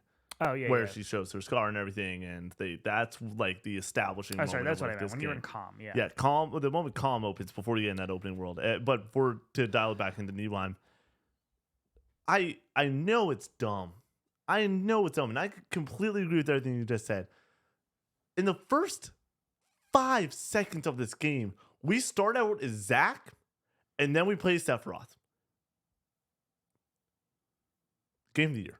like immediately. I know it's there's VR missions where you play as that. Yeah, I know, and Sephiroth. Yeah. And I haven't gotten any of them. But what I'm saying is to allow that, to just give it to the fans. You see, I don't think I personally have a bit of a problem with them just giving it to you, and then it doesn't feel like it's really fleshed out or like has like a lot of value to it. Because like I'm like, okay, I'm playing a Sephiroth right now, and like I can't really settle in with his moveset because I know that I'm going to be done with him in less than an hour. Sephiroth is the most egregious offense of it because the understanding that I had was we will play again as Zack and it will be important. Yeah, and that happens, and I am so excited to do Zack at the end of this game on hard mode and like be like, how does my limit really work? How do I actually grind a little bit more to make sure that Zack is ready to rock this final mission? Right. That's going to be really exciting. But I do agree that from a mechanic standpoint and like a little bit of an awkwardness standpoint, it's like, okay, we're not going to be playing as Sephiroth during this game for a long point. But just giving a moment to be like, it also does make you feel like the ultimate badass. Use Omni Slash and you're just like, holy shit, this guy is way more powerful than Cloud. He's a different class. Like it is. And hey, but like he's legitimately a step above Cloud and everyone that we played as, and that is cool framing in my mind. And we're not gonna spoil real quick. We're not gonna spoil events that are gonna happen in the next one based off of the original game. Yes. Yeah, we're not gonna. So what I'm gonna say is the interactions with him and Cloud, knowing the original game, is fun to see. You know what I mean? Oh, it's awesome. Yeah. I mean, just to be like, oh, like I know what's going on here. Are we not? I feel like we, at the end of this, when we get into theorizing a bit more, it might have to be a little bit loosier goosier just to make sure that we're. But yeah, I guess that's fair. Yeah, because that we're gonna have to discuss just future stuff. But for now, we can dial it in to make sure we're just talking Rebirth, and FF7 proper before everything you've already seen. Right. So we can discuss Temple of the Ancients versus Temple of the Ancients now, but not past that. Great. All right, so then we get into Calm, and what a fucking town, dog. Dude. What a town. What an intro. The first things we get in this game are immediate questions and immediate love, dude. You got Tifa, and then you get the Aerith dragging Cloud up to the watchtower, but and looking over at Midgar and Queen's blood, a little bit of Queen's blood in there. We'll talk Queen's blood in a second, but a little bit of but you get your like little introduction, and like the way that Square Enix has been able to build these towns and make them feel so lifelike, and how many there are. Like you get like Sector 7 and Sector 5 and Wall Market. There it is. Yeah. Wall Market in in remake, and like those are fucking awesome, especially Wall Market. And then like all of them here, I'm like, these are all better. Like, Yeah. but it's just really a product of like the location. I think like the Sector 7 slums are fucking gross because They're slums. they're meant to be. Yeah, it's supposed to be a rough place. So yeah, Calm is gorgeous and cozy and Vibrant. somewhere I want to live. You know what I mean? The innkeeper I thought was interesting. He has like a cool little backstory where like he was a previous soldier. Yeah, and he has cellular degradation or whatever, and you didn't get this. Later on, he's in Nebel with the cloak because he's fucked. Yeah. Which is interesting and cool. That's interesting. Yeah. That doesn't really matter in the overarching story for you or whatever, but like he's there. But by the way, once again, to preface this, about 60 hours, not done every side mission. There's things I'm gonna try my best to not. Yeah, like, Connor's not trying things. to step on my toes in any major ways, and I also You did the proto relic stuff though in the first area. Yeah, you yes, finished it. yes. So you know, like you fight like the guy with the forearms. That's the last. That's the yep. I know. hard boss. His name's Gilgamesh. Yep. But that means nothing to you. Yes. So. But I understand that just down the line, there are going to be missions and moments that Connor touches on that by doing this spoiler cast, have signed up to be like, we're good. I'm okay with whatever comes to light. I beat this game. I got every single piece of main spoiler stuff squeezed out and played it in the way that I did, and then had to focus on other games for review stuff. And so I'm happy about it. Shinra shows up to come after the terrorists who cause all the problems. Before you complain about the slowness again of this game, the music in this moment, immediately you're like, this is epic. This is enticing. This is everything that I could want this moment to be. When I played this, I also want to throw this out there. I did the demo, so I had the Nibelheim incident done on my first playthrough, and so I didn't have to go through the slowness of the Mako. But also, I was very thankful that they made you play a little bit at the start, and then they made you go through the fire again, because it's like, okay, the framing is still there for me when it comes to the review mindset. And I remember in playing through the other stuff well enough, because it was like a week before, that I was very good on it. But I'm like, this opening is just so gas. Like, it's just really good. And I like coming off of Nibelheim, where I'm like, I am curious to see what I actually get from this. I'm dumbfounded at how good this game is. All right, then we pop out into the open world. You are in the grasslands first before heading to Bill's Ranch, Chocobo Bill's Ranch. Yep. And this is where we kind of get our first taste of the open world stuff, which we touched on earlier, that I think this first location is gorgeous. And I was under the impression that when it comes to the open world, that there was 4 to 5 areas that we were going to go to, and that was going to be like how it worked. And then it just kept getting bigger. And then you get the fucking Bronco at the end, and you can go into the ocean.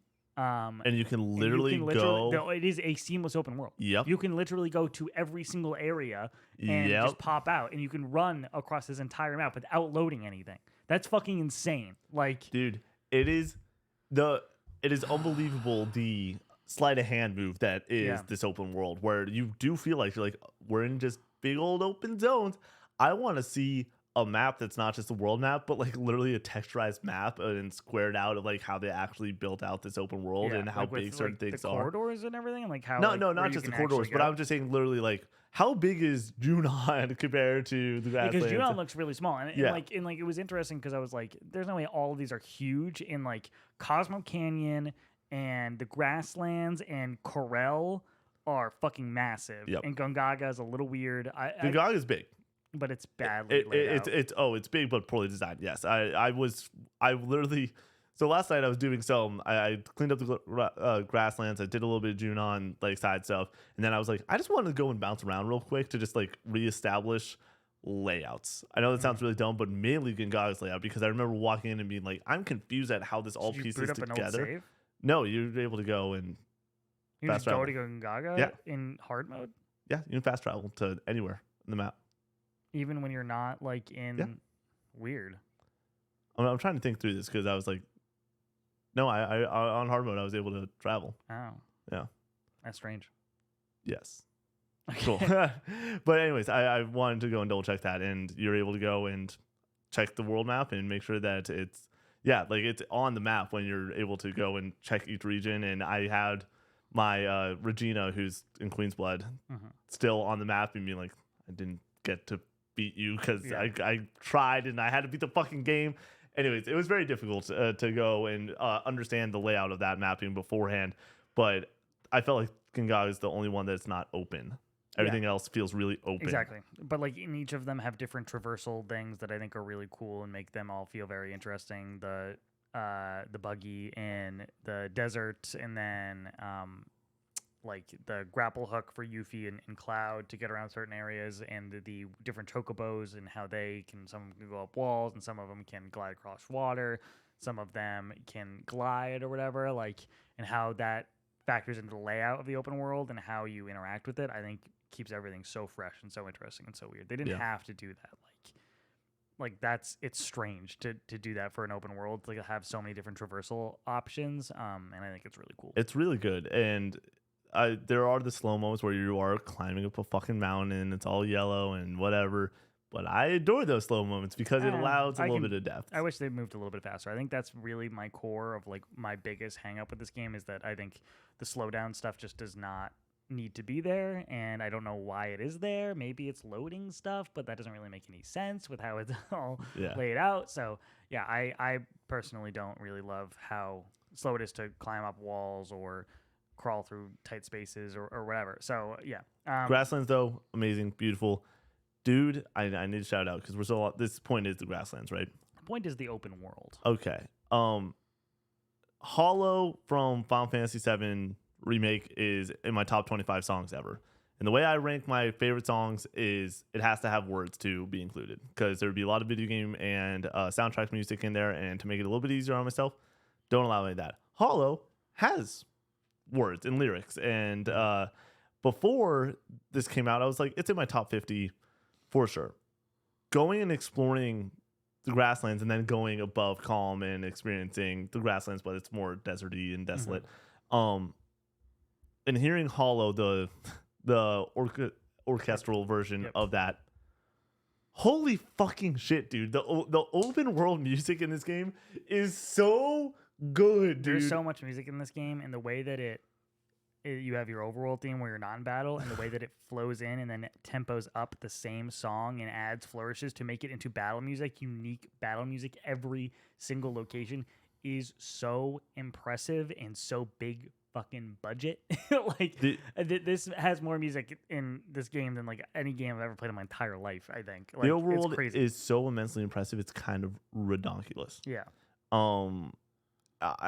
Walking out and just experiencing the Grasslands and hearing that open world music, I've said it a lot. I cried a lot while playing this game, and I'm an emotional dude. It's cool. I just could not help but to feel like the hope that this world presents on a consistent basis, and I'm like, this is just where I want to be. I'm so happy to be here right now.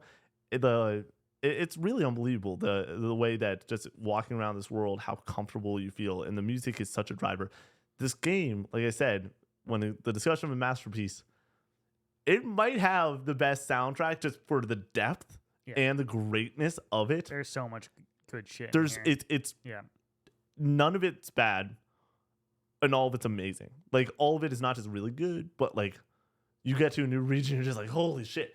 Cosmic Canyon's fucking so shit, dude. The music is so good. It does. They didn't have to go that hard. Yeah. They could have reused other stuff, but they're like, no, we're gonna make this theme have this vibe now for this place, and it's going to seamlessly fit, and it's going to be unbelievable, and you're just going to want to curl up in a blanket and die of pure happiness. Like it adds to the adventure feeling too. Totally, like, everything feels like this big grand adventure that you're on. So I adore it. I don't know if music, I didn't read it as a point, but I felt like it was going to be something that we discussed just continue to talk about many times throughout the different zone scenarios. So that was the open world feel and kind of the design and everything. But then we got to talk about the Chads. Chadley. How do you feel about Chadley? Annoying in the first game. Less annoying here. I mean, he's more annoying here. If you're annoyed by him in the first game, no, because I feel like he's more purposeful here. Chadley. No Chadley slander in the comments. That's my boy. He's so funny. Him and May are so May's great. funny I like May a lot. together. He like cuts her off and he's like, "That's enough of that now." Dude is fucking hilarious. Sometimes I think that I like May more than I like Charlie, and but it's their banter, it's their back and forth. So like, I like him. I don't really mind him popping up after every single mission. He has more voice dialogue than anybody in this entire game. Do you know that? Yeah, that makes total sense. Yeah, so he's ever present. I think he's fucking hilarious. Dude's my dog. I won't take any Chadley slander. I've only seen Chadley slander online. Get in the comments. I've seen Yuffie slander and I've seen Chadley get in the slander. And I'm not about it. Get in the comments. No Yuffie slander. Slander Chadley all you fucking want. I don't care. Dude's hilarious. He's a fucking dork. He's a robot or whatever. Like, you know that, right? Yeah, he's an AI. Yeah. Fucking awesome. I love Chadley. So we talked earlier, or I talked earlier about the side missions and like the open world activities and how they all feed into each other. And I think that's excellent, amazing, perfect. Wouldn't have it any other way. I didn't get burnt out until the very end of the game. And then I did not finish Gungaga and then went back to Gungaga. Before we get into any specific missions, the fact that you don't have to do any of these things, really, you don't. Yeah. I think is immensely impressive. You don't have to do the bullshit. And as someone that doesn't like doing the bullshit in a lot of games, awesome. In my opinion, you have to do the side quests. In this game, they're so fucking good that I would recommend every single person. As Mr. Side Quest hater, make the main shit, put it in the main game. If it is good enough, put it in the main game. Do all the side quests. This is unbelievable. I wish that I didn't constrain myself while playing this game and gave myself more time to play it to enjoy a little bit more of the side quests, because the side content in this game is top notch. Real quick, when I say side content, I mean the side quests. Yes. Not necessarily the open world stuff. You can get by not doing all of the open world the side quests I think are amazing, but I also think quests. Yes, the green quests are amazing. I also think that the side stuff, towers, but like Proto great, and all the Queen's Blood matches, I would do every single one. Because it's fucking Queen's Blood. Honestly, if they do DLC for this, just add more VR missions, add more challenges, and add more Queen's Blood. That's literally all that I really want them to do.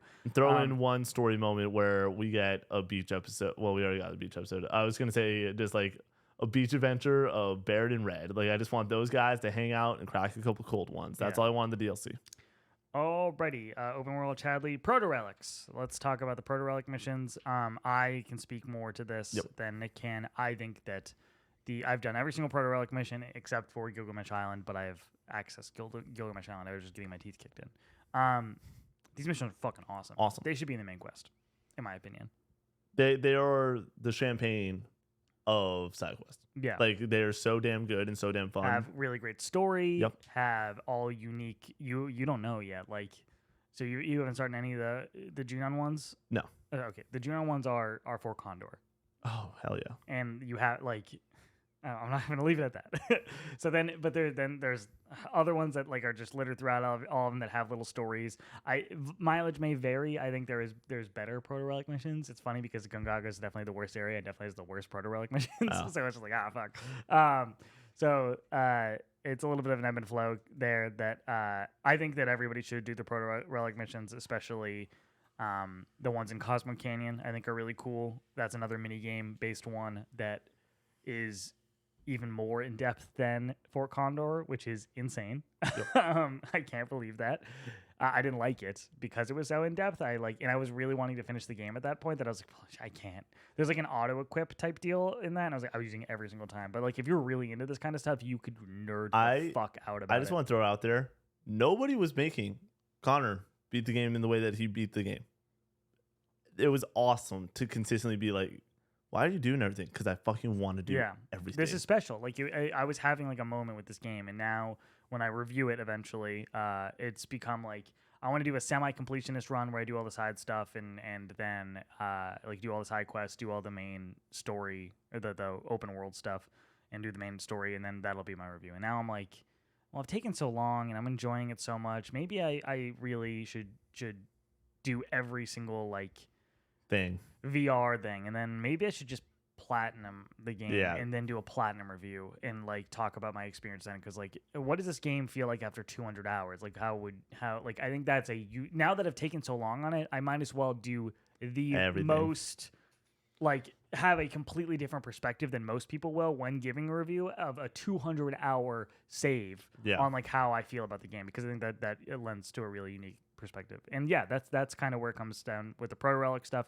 when it comes to the open world side mission stuff, that I want to do everything. And when, like I said, when every single open area just kept opening up, and it was Gongaga. And then I was like, okay, Gongaga is going to lead to Cosmo Canyon, and Cosmo Canyon is the last open area. Yeah. Oh, dude. And then Connor was texting me, and I was like, oh, we got Nibelheim left. So you're in Gongaga, and that's like in like that little spot, and there's a little bit of smoke on the side. And then it's like, okay, we go up to Cosmo Canyon, and then Nibelheim is like not this, it's Nibelheim from the start. It's like not this full open area with all the intel and Chadley stuff.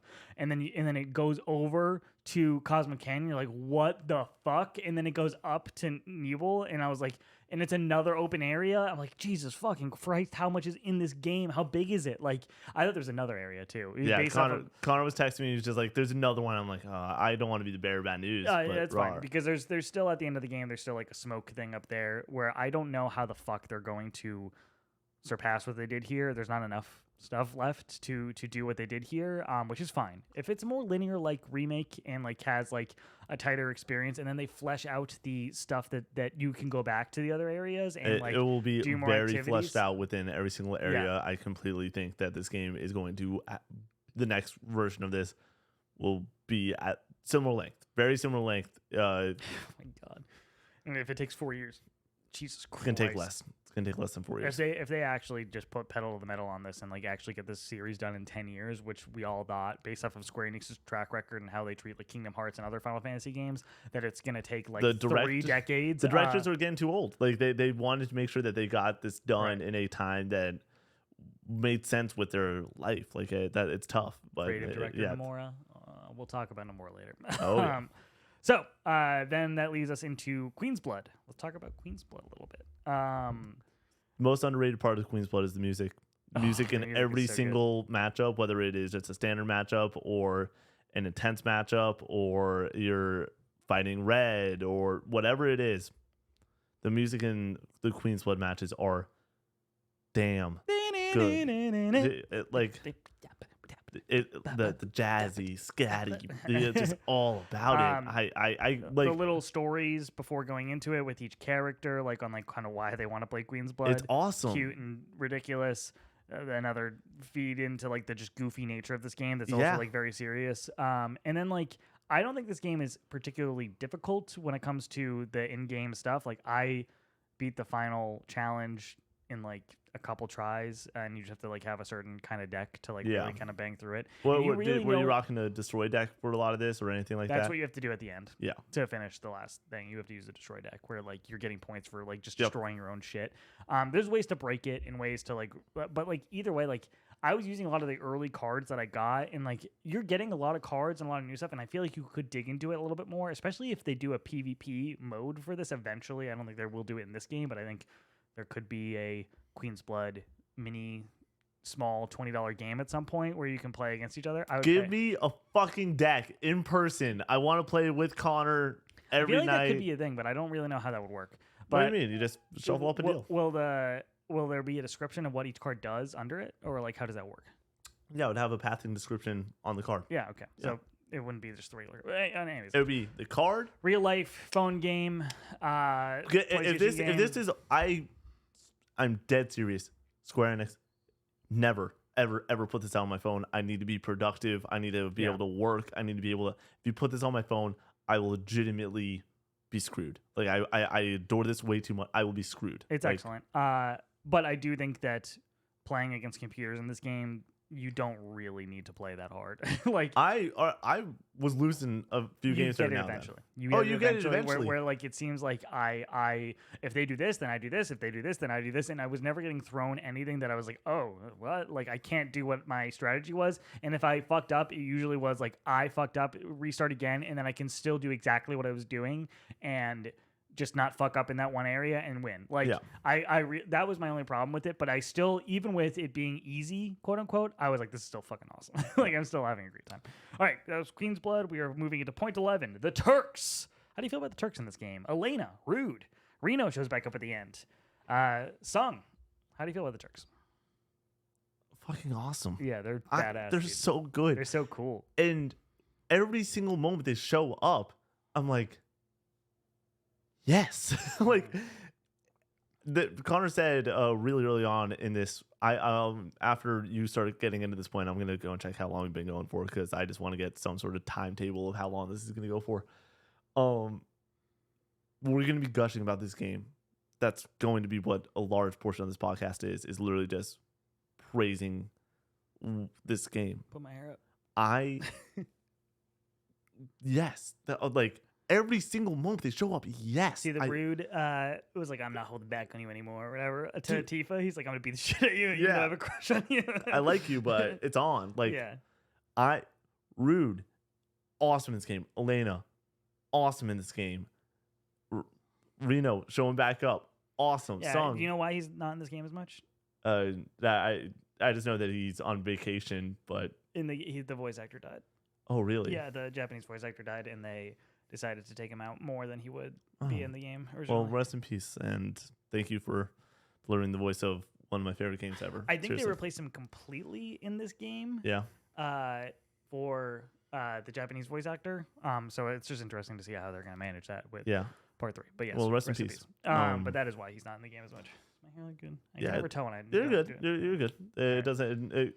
Connor with the hair. It's always fun because for me, for the longest time would just get out of bed, do one of those, and then good to go. But yeah, check the thing. Oh yeah, you want to start talking? Yeah. I was gonna let you start talking about the Turks. Well, I was gonna talk about my hair, but okay. Yeah, but the Turks. I think Elaine is a great addition. Her voice actor is awesome. She is hilarious and mean and a bully, but like her gun is adorable, like her pink gun or whatever that like looks almost not from this world, which is kind of weird. You should choke up in your mic a little bit, by the way. You gotta get that in there. How long have we been going? How long do you think? An hour and a half. No, we're only 40 minutes in. No, you're lying. Yeah, we're an hour and 26 minutes in. Oh, guys, we're on point, what, 6? No, we're on point 11. Only 10 more. Okay. And then Rude, like I said, is awesome. I clapped when Reno showed back up. I was so excited for that. Sung is an interesting point. Does he get stabbed in the original game? I think so. This is one of those. I beat it earlier this year. It was a long journey. I had to play it 3-hour sessions twice on stream every single week. Like he had smoke in his gut though. Yeah, he's alive. Yeah, no. He had smoke as in like the whispers were keeping him alive. Yeah. Okay. Yeah. So I don't think that was supposed to happen. In the universe. I don't remember if he dies in the original. No, he doesn't die. Or if I don't think he's supposed to get stabbed. I think he's supposed to get stabbed. Okay. Anyways, not important. The people who played Final Fantasy 7 original and are like big fans, like Alec, are gonna be bashing their head against the wall right now. By the way, the original stuff, I beat it once. Did you beat him more than once? No, yeah, I think we both. One time, yeah. and I didn't love it. And by the end of it, I was like, I really just want to get through this, and because I wanted to get to another Final Fantasy, I wanted to play 10, 12, and so on and so forth. So yeah, I was in a solo boat. By the end of it, I wanted to beat it on my birthday. I really like the beginning I love the Midgar stuff. And I think that's everyone's favorite part of the original for sure. Okay, that's the Turks. Then we're moving into Junon. Oh, real quick, every single fight against them, even though there's a ton of them. There's a ton of them. I'm all about it because they are, to me, some of the most interesting adversaries we get in this game. Yeah. When it comes to the personality, and every single one, I was like, these are some of my favorite fights because they have stakes. Right. All right, Junon, you ride a fucking dolphin, which is badass. There's a side mission later in the game when the world opens back up right before the finale where you get to go back and do another dolphin course. Yeah. Fucking hard as fuck, dude, to get the -- time on it. I missed it by just a couple seconds and I was like, I gotta move on. Like that was when I was doing my first playthrough and I was like, I need to finish the game tomorrow. But I want to do the dolphin course again. Did you get to frog? Did you do frog Fall Guys? Yeah, dude. Trying to do it for this frog Fall Guys, dude, where it's like there's a big platform and it's a spinning wheel, and you gotta jump. Wheels, and you gotta jump over it. That's awesome. It's hilarious. There's frog Fall Guys in Junon, which is awesome. And then you get to the upper city. You have to do your marching thing. What do you think of that? Real quick, the boss fight stylization on the dock before you even get there, awesome. Immediately, like the boss fights in this game, I don't think have the peak that Airbuster and Hell House do in my personal like. They're just consistent, but they're consistently unbelievable. And because the combat system is so much better in this game than Remake, I think I almost enjoyed them more, even though I have more sentiment for. Excuse me, Airbuster is like I think probably my all-time favorite boss fight, just with the music, and the stakes and the moment in Remake. But yeah, really fun boss fight. This was the after the night before getting my teeth kicked in a couple times by the serpent. I was very much like, oh, I don't think that we're gonna hit the peaks, but we're never going to hit a valley moment when it comes to these boss fights. Like, they're all going to be really great. And that's where I felt more assured. Sorry to cut you off. And I can't wait to play a lot of them on hard mode and have, like, really dig into their idiosyncrasies. You know what I mean? Like, where I can already think of certain boss fights where I'm like, this would be much more interesting if I really had to think about this. So, for me, what I realized on hard mode is you better nail your parries. Yeah. You better. You cannot not do it. And I was like, this is a game. Like, this is a fucking That's what I want. Game. That's exactly what I want. And usually when it comes to hard mode in most games, the first few hours are the hardest part. Yeah, totally. Like Crit, Kingdom Hearts 2, those first few hours, very difficult. The last 20, cake. Easy, in my opinion, at least. So, then we get to the upper city. We are gathering the 7th Infantry. Did you perfect the dance?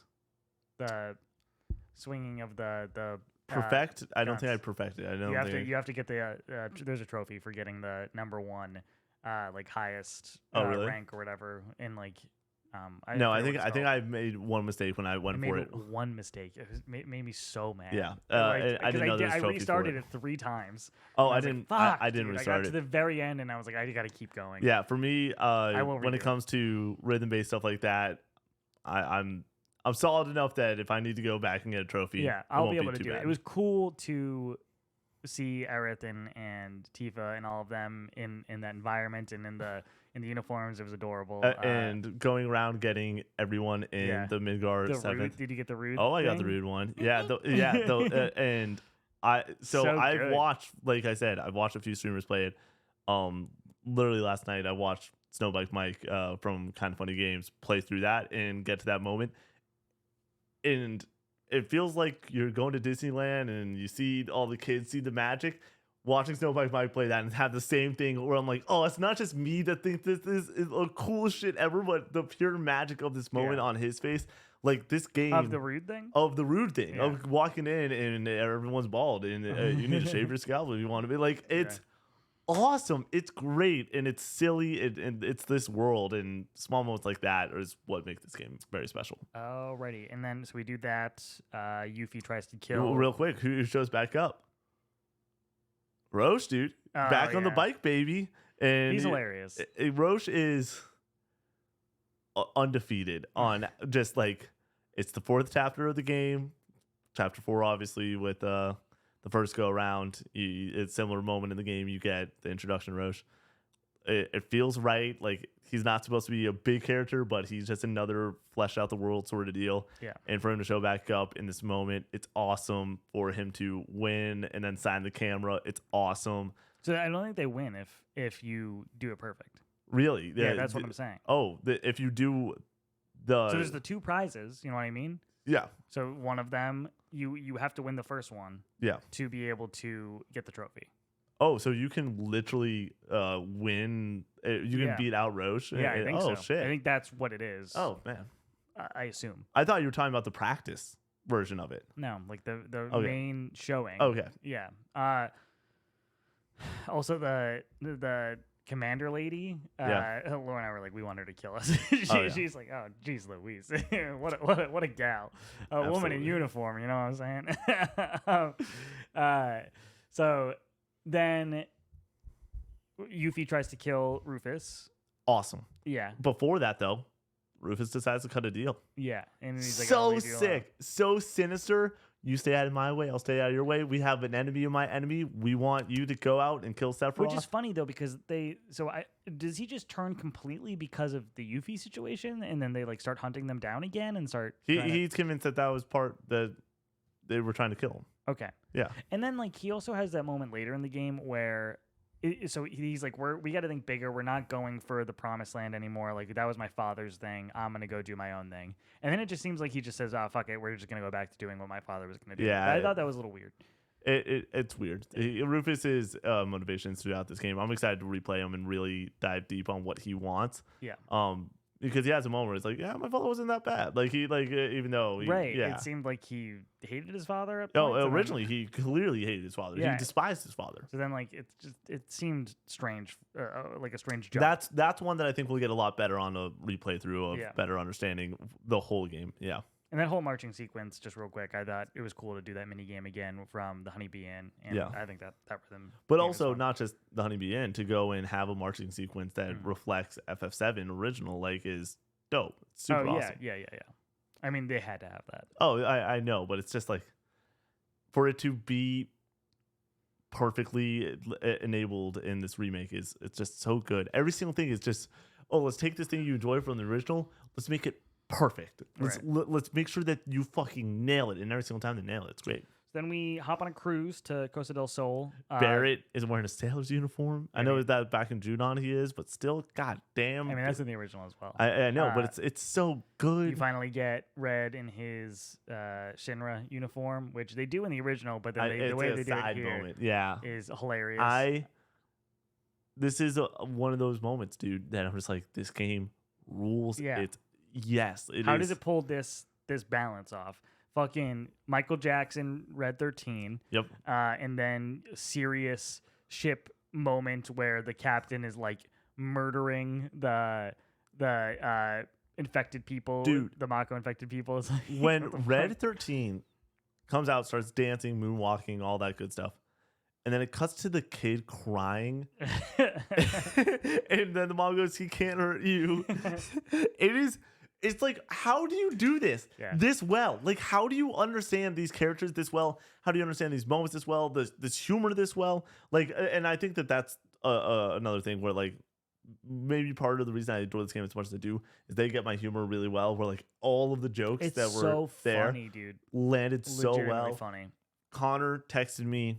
I'll never forget. I'm eating a sandwich. I have the pause screen up on my phone, and he just goes, "Nick, we got to talk business." And I was like, what the fuck are you talking about? And I'm like, got like 6 hours of sleep the night before. I've been playing for 38 hours at this point. Right. And he just goes, "Boys." And I was like, what the fuck? And then he explained the moment being the cruise ship moment of when Tifa and Aerith sitting down and talking about like just random stuff. And then Aerith being like, "I actually want to talk to you about business." And then Tifa's like, "Business?" And she goes, "Boys." It is so good. Business is all about boys. Dude. Yeah, it really is.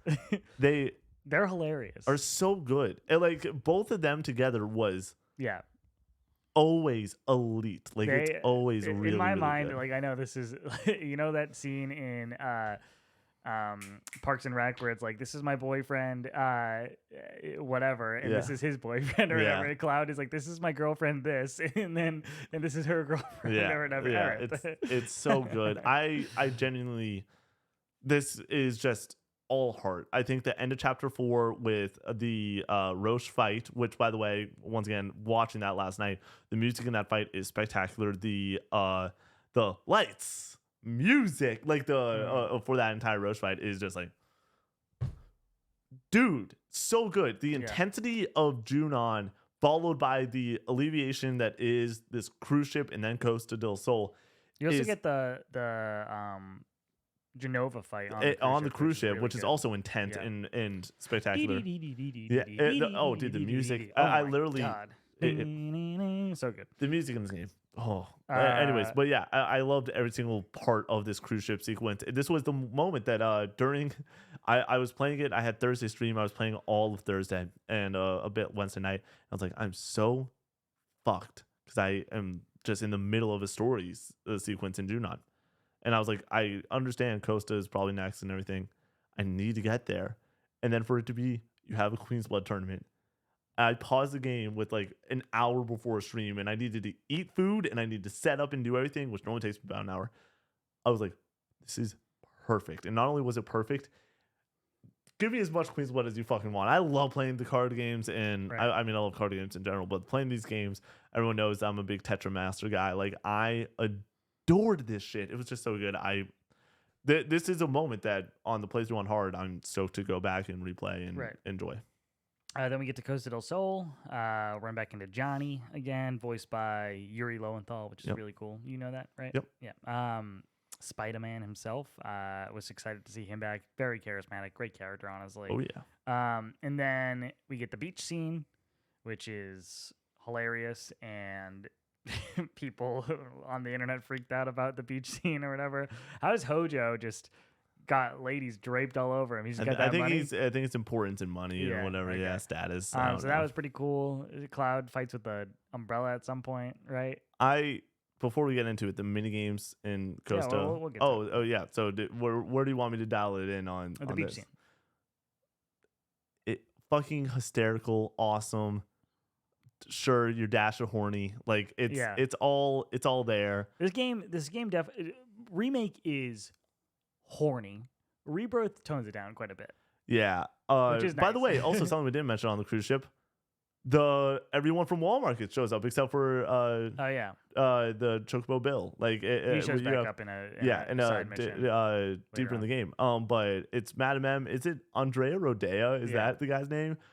Fuck yeah, dude. Who did he face off in that round? Did he go against Madam M or? Yeah, Madam M. Yeah, I went against Madam M. Also, she's like the hand thing. Yeah, which that's discussing the horniness of the game. That reminded me of it. Also, who did you go against from your party? Barrett, Tifa. I was hoping that you could do everybody. Yeah, so was I. I thought that was the case. So I was like, oh, this one's Barrett, and then this one's going to be Aerith. So I just chose Barrett. And I chose Barrett also right away. So I didn't know. Yeah.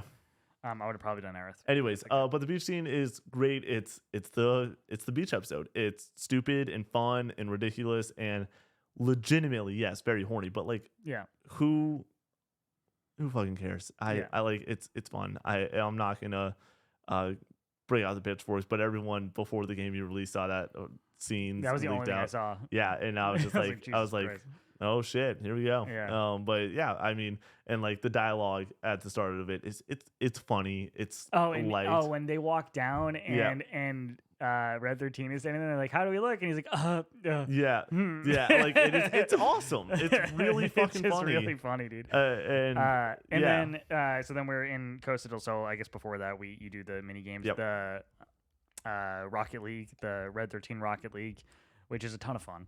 Honestly, I thought it was I failed my first time, or I really? didn't win outright. There's my first two time. different modes too. There's another like thing that they add later down the line that you can also do. Yeah, I've not done that yet. So there's like the one that you're competing, and then there's one where you like have to put there are different colored balls, and you have to put them in the right order into the 4 nets or whatever. Nice. And there's things that are raising up to like block you as well. Oh, sick! And it's like a time trial thing. Dude, that's a lot of fun. I want to throw this out there. A lot of people I've seen a discourse on the internet about the minigames in this game. First and foremost, you have to do a couple minigames. If you want more combat, if that's legitimately like I wanted more combat in the main story, there's so much fucking combat that you can do after the story or on the side stuff. Much. That's not a fair complaint in my eyes. And if you're like, you should never make a minigame necessary, it's almost like required. These minigames are awesome though. These are the best. This is as good as it gets when it comes to minigames. The shooting gallery is a lot of fun. Hotness. I turned off the adaptive triggers because they were annoying as fuck. I love my adaptive triggers. You need to go fast. Every single time I want to. No, you can't go as fast. Honestly, it felt like the funnest part was going and just imagining what most fun. Yeah, funnest isn't a word. The most fun part of this is like imagining that you have a BB gun almost, and like it is that like I get the immersion parts, but like great. I almost don't want I don't want immersion at the cost of being able to get a high score. You know what I mean? So I'm playing it last night. I went back to that and to get the high score and finish it off. Oh my god! Damn, really good, and it feels like very tight and very like snappy when it comes to breaking some of these targets and everything. The and when you how get to the fast it's big all chocobo moving. and everything, you have to break through that and just rapid fire. So you That's haven't awesome. there's two that you can do. There's another like round of a different board. Yeah, that's a lot of fun. Did you do the specific Queen's Blood challenges that are? I did a few of them. I didn't do all of them. Don't like those. Really? I don't like that there's one solution to it. Yeah. And I Queen's Blood is the perfect level of like I have to think, but I'm not like I don't know what to do here. Like I don't really understand. It's like playing. This is gonna be a total tangent. You play Connections in the morning? Oh, every morning. I hate Connections, and I do it every morning, but I am too impatient. Really? I do it every morning, and I like get two of them done, or one of them done, and I'm like looking at it, and I'm like, I don't know what would connect here. And I want to continue to progress. So I'm going to hit 4 of them and hope that does something. And then eventually I'm like, I'm just going to just throw and see what the things are. I'm like, cool. And then I move on with my day. And that's kind of how I feel about these, where it's like, for me personally, it's nothing wrong with the design. I love them. Nothing wrong with the design. This isn't a knock on the game. It is literally just me. I don't want to stare at something and just be like, I don't know what to do. So whenever I get to those points, when I have to do those for the platinum, I am going to look up the answers. For me, there was I got to a point where one of them I looked up and said, okay, I'm not good enough anymore because I can't do it with just my own brain power. Mm-hmm. But I really did enjoy going through a couple of those and being like, all right, this board layout sort of means that this has to be the starting move. Mm-hmm. This has to be the next, and then it would just progress naturally from there. And I really did enjoy those because they just were brain teases. But yeah, I did like I think 3 of them. I know there's a laundry list, and I believe you get even more down the line. Oh, really? Like, yeah, because there's a shit ton in the Gold Saucer that are not that. Oh, that's what's the Gold Saucer ones? Fucking Queen's Blood. Is it just Queen's Blood matches with a twist every once in a while? So sometimes there'll be a card in the middle. Some of them are survival, which is fucking awesome, where you have 3 boards that you go through and it adds up the total every single time. Oh shit. And like so like you have to like keep factoring in, and like there's an extreme one that I haven't unlocked yet that I'm really nervous, but sometimes there'll be like one in the middle and you have 15 cards, but you get 5 every single hand. But if you win the middle row, you'll get that card in the middle for your next hand for the survival, which is really cool. So like it's different, but still Queen's Blood. You know what I mean? We just got a text from Brady asking how's it going. We're 2 hours in. Yeah. But yeah, So I didn't love those, but Costa del Sol. But real quick, I'm excited for those. I will take as much Queen's Blood as humanly possible. I couldn't believe there was more. I was like, yeah, let's go. Yeah. Costa del Sol and the mini games, I'm all about it. And this is one of those moments where like this game offers so many different things, whether it's honestly, a couple of them are knocks against it when it comes to the Kate Sith moments, or honestly traversing as Yuffie and the climb sequence. I didn't adore at certain moments, like when you climbed up Mount Coral and everything. Well, I love the swinging. The swinging. I was about to swing, but some of the moments of like trying to figure out exactly where I had to go to start swinging were a little bit annoying and janky. With that being said, I felt like this was also a taking away from core gameplay. No complaints here. Right. I loved all of it. I loved the split up between you do it as Cloud and then you do it as the girls, and it's awesome. It's just really good, and for it to be as good as it is and then result in a awesome fight against Hojo, I'm all about it. It's great. Who did you choose for your companions during the Hojo fight? I don't remember. I believe it's Aerith in red and Tifa Barrett. Probably Aerith in red then. I think I chose Tifa Barrett. I want to make sure that's I'm the not case. sure. So when you're staying at comments. Johnny Shack, I realized this a couple days ago. Like I this didn't come up, and I think it might come up in the dates. The person that Aerith is talking to that sounds like a little boy is red. Yeah. I didn't pick up on that. You know when she's like getting dressed? Yeah, it's red. Yeah. I thought that was going to be like a big story point that she's like talking to like I thought it was red, but I didn't even think because it's his little kid voice. Yeah, it's his voice. Yeah, I didn't realize that until 2 days ago. You saying that, I'm like, I thought it was red. I knew she was talking red, but I didn't even realize. Well, so she's in the room and she's talking to somebody who sounds like a little boy. And I was like, Yeah. this is probably some timey-wimey thing. She's talking to like some kid in the past or something that she's like communicating with, or she's talking to like the live stream or something like ridiculous like that. No, And then Red leaves the room.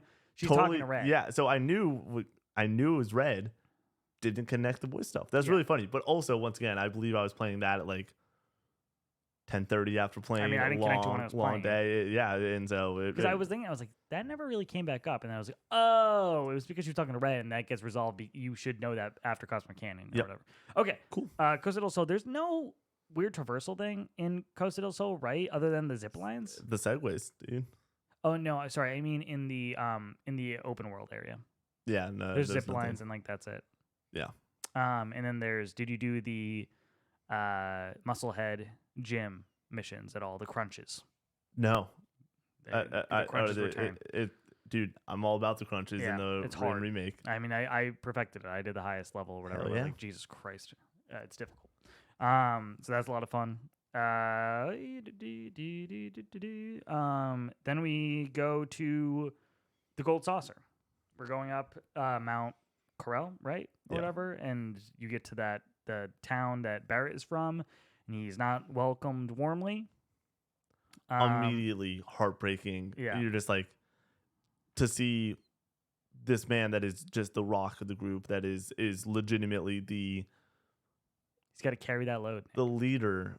Oh, why you gotta say it like that? That's what he says. I know, but why you gotta, Connor? You said it. You're like, I don't like you saying load, Connor. Okay, let's make it very clear. I said it like, because that's the line. He has to carry the weight of his decisions or whatever, and like he understands that, and that's been a through line for him throughout the entire thing. Oh yeah. So the Dine Barrett storyline is kind of told in parts where it's like you're down there, then you go up and then you go back down. and then you go up to the Gold Saucer, but so let's just keep on the Dine Barrett. Oh, we're just rocking Dine for a while. Do that or whatever. This is the moment that this came. For me, definitely was like, this is probably going to be your favorite game ever. I didn't remember the backstory. I knew it very well, and that the reason that he is so gun-ho about hating Shinra is because he made a deal with Shinra, and then they turned against him. So I remembered that, but I didn't remember the Dine bit. I didn't remember. I didn't know that. Yeah, I didn't remember that at all. But yeah, it's so emotionally impactful. I think it's done so well compared to the standoff that happens with a turn-based combat system in 7 original, which is kind of lame because it's turn-based combat and the standoff 1v1. It's not as good. Right. To get a more fleshed out boss fight where you're dodge rolling between and covering, and it's dope as shit. To have the impactful moments you do, and I don't know who voice acts Dine, but holy smokes, crushes it. What a performance! The Absolutely amount of weight that is on this man who's going insane, and for him to.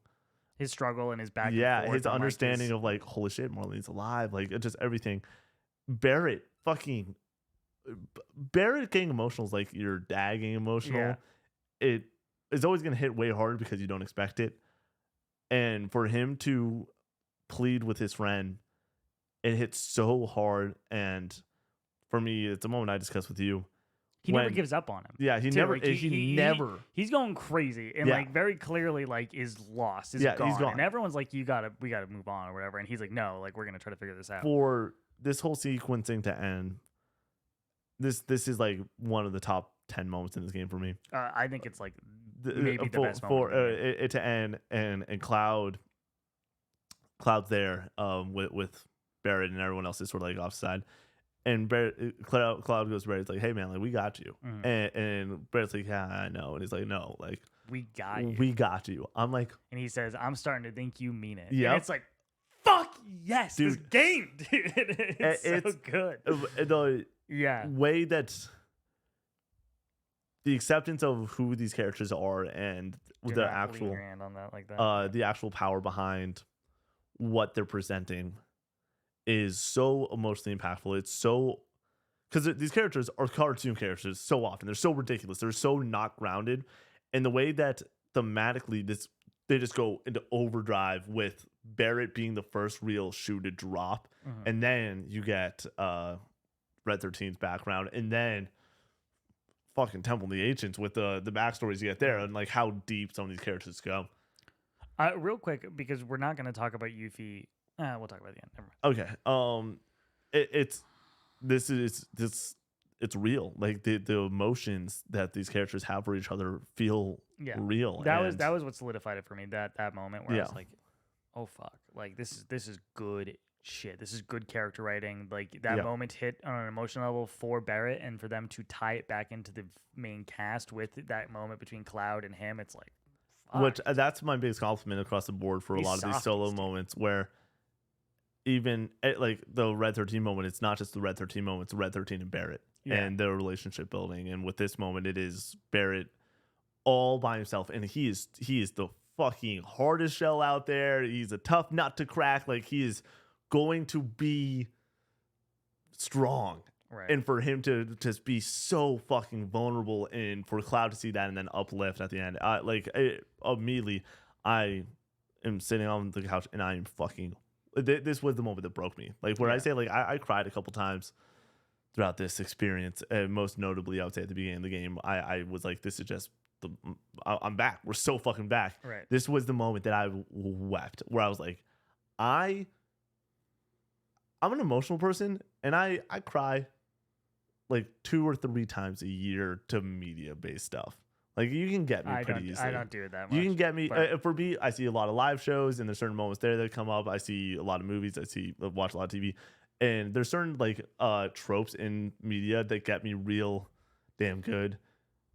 A character trying to be strong in their weakest moments will always get me. Yeah, always, and that's what this is. And so I knew right away. I was like, "Fuck!" And then just immediately, it's so good. It's amazing. I don't think I full on cried this entire game, but I teared up constantly at the stupidest things too. At the littlest fucking things, I'll be like, these fucking characters, man. Oh yeah. But yeah, when that moment happened, Laura and I were sitting on the couch, and I did one of these. I was like, fucking game, dude. I was like, yes, this is so good. I could not believe it. So in between all of this, we go to the Gold Saucer. And we run into Dio, the leader of the Gold Saucer. My man. The fucking dance in that dude's at the juicing. start. That dude's juicing, first of all. Oh yeah. I'm sure we all know that. That dude is unnatural. One of the funniest scenes in the game, and I will die on this hill. Is it Yuffie? Yeah. Is so good. She's like so fucking into Dio. For audio listeners, go and watch that moment. We're about 2 hours into the podcast. So she like covers her eyes when Dio's dancing and is all muscly and everything, and then opens her fingers to be able to see him. It's so adorable. It is, and then she faints. It's so funny. For her to just be sold on Dio in the gun show. It's so awesome. It's perfect. So it's perfect. And once again, these fucking characters, dude. We can say it all the time, but for the Gold Saucer. Which, how do you feel about the time going up and they do the gorgeous cutscene and everything, and like you see all the ads and everything? This game does it, dude. They deliver on what these places are supposed to be, and for this to be the amusement park of amusement parks, for this to be the attraction in a world full of like you expect. Oh, Midgar is the coolest we're gonna get. Wall Market is shady, but also bright and vibrant and has cool moments. For Gold Saucer, before this game came out, before I played 7 Original, I heard about the Gold Saucer. I understood what this was before playing the original because it is that notable. And for then to play the original, understand, okay, that's what this can be. This could be really cool with the amount of mini games and everything. And then for it to deliver the goods immediately and as hard as it did, sign me the fuck up. This game doesn't slow down what feels like the entire time until we get to Kate Sith's moments. Right. For me, the Gold Saucer from the outside. Can we talk about that for a second? Like from down below. It looks so fucking cool. Looks awesome. It looks so futuristic and amazing. And it's such a juxtaposition between the lower like desert area and like this like futuristic spaceship almost. Like it looks awesome. It looks like going from Tatooine to Cloud City for Star Wars. Like it looks like Cloud City. Yeah, it's awesome, dude. I love it. So from the outside it looks really cool. Then when it comes to the individual mini games, like I said, I sampled everything. What did you touch? I did the Chocobo racing. I did the boxing thing. I think you have to do the boxing thing. Yeah. And then what else is there? There's the ship combat. like arcade ship shooter, like the I did not dogfighting. do that. Don't like that one. I did the motorcycle. Not a fan of that one either. I'm just I'm gonna saying. have to do it. Yeah. But I didn't love that one as much. I love the Coliseum stuff. Oh, Coliseum's great. Excellent. Queen's Blood, do we have Gold Saucer again on this list? Yeah, we return when it comes to the dates. But but is that on our conversation list? Yeah. Cool. Never mind then. But yeah, this first time around, obviously you get the reveal of like, oh shit, stuff's happening with that, and we need to worry about this. But doing the chocobo races for the first time, electric. I think the chocobo races are awesome. I think that the brawler is great, very challenging as you go through them. Really, you don't. They swing like this, and they add different aspects where you have to like dodge left and right, and then sometimes you have to dodge back and forward with each of the sticks, depending on how they swing. If they're doing an uppercut, an over hit, a side hit, there is not enough telegraphing to understand what's just coming. You have to use your ears. Oh, nice. They make different grunts based off of how they are swinging. Like if it's a small one, it's usually just a quick thing. If it's like a big like wind up, it's usually like so then like you have to do that, which is cool and interesting, but it doesn't explain that to you well enough. Where I feel like it should be doable without that, but it's still I've really enjoyed my time with the 3D brawler. I'm interested to dig into. So like the mini games in this game are really good. I'm not a huge fan of the motorcycle one just because I think the motorcycle combat is like. Surface level. It's just very surface level. Yeah. It's just whatever. And it's fun and flashy and cool looking, but like I don't really enjoy it. So that one's whatever. And then the spaceship one, take it or leave it. Absolutely. Yeah, spaceship's not great. Yeah. I personally was very out on it with my run through of it. Right. But then you also have like the Proto Relic for Condor, the one that comes in Cosmo Canyon and everything. Those are like great side missions, and then the stuff in Costa del Sol as well. So I feel like I just ran through a bunch of side missions in Gold Saucer, and people are like, that's the side mission or the mini game area. And he said he didn't like 2 of them or whatever. I like almost every single one of them, and even the ones that I don't like, the 2 that I just pointed out, like they're whatever. They're fine. Like I'm gonna have to do them for the platinum, and I'm dreading it a little bit. Yep. So. You'd rather be doing other stuff. Then we go to get Kate Sith. We have Kate Sith now. What an introduction. Do you know that all 3 of his riddles come true? Yes. Yeah, that's great. Or his fortunes. Yeah. My bad. Awesome. Kate Sith is immediately the introduction. It fits. Way more intrigue of why is this person being so nice to us so immediately. Mm-hmm. It's awkward, but great. And immediately you start falling in love. And I feel like the understanding of the character's relationship with Kate Sith is a lot like the understanding of the player's relationship with Kate Sith, where it is, what is happening right now? Okay, ease. Lower your shields. Be more comfortable. Enjoy this moment. Laugh. All of a sudden, you love him. Yeah. And it goes into the performance a lot, and it is an uphill battle. It's a fucking cat on top of a giant Moogle. It's ridiculous. Whereas everybody else in the cast so far, other than the talking dog, is like pretty grounded. And even the talking dog sounds badass. So you're like, whatever. And it makes sense with like his backstory, like why he's talking.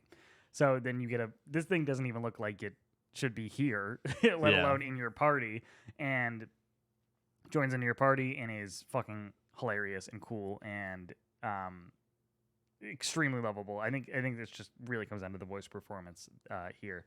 They got a Scottish person because Kate Sith Catchy is Scottish apparently, and that's how that mistranslation happened and the mispronunciation. And I think that they do a fantastic job. Great job. Some people thought Kate Sith was a girl. Oh. Until this game, if you just play the original, you'd just be like, I don't. Kate. Yeah. Totally. And a lot of people called Yuffie Yuffie. Yes. Then we go to Gungaga. Gungaga. One of my favorite memes from fucking Crisis Core. Zach's hometown. We get a little scene with. Do you get the parents? Yeah, you get that automatically. Okay, yeah. I don't remember if that was a side mission or not. So there's clearly some weirdness with Zach and his parents, and they don't know where he is. They think he's still alive. Is he still alive in our universe? Heartbreaking. Aerith knows he's probably not coming back. Dude, it is so fucking sad, and I adore the way that they flesh out the world and everything, but like, holy smokes, it is. Yeah.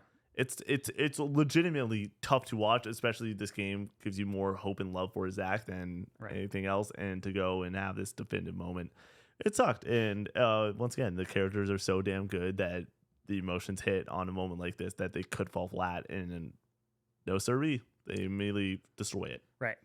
And then Cisne shows up. She's not in the original. Yeah, I don't remember in the original at all. She's in Crisis Core. I was like, what?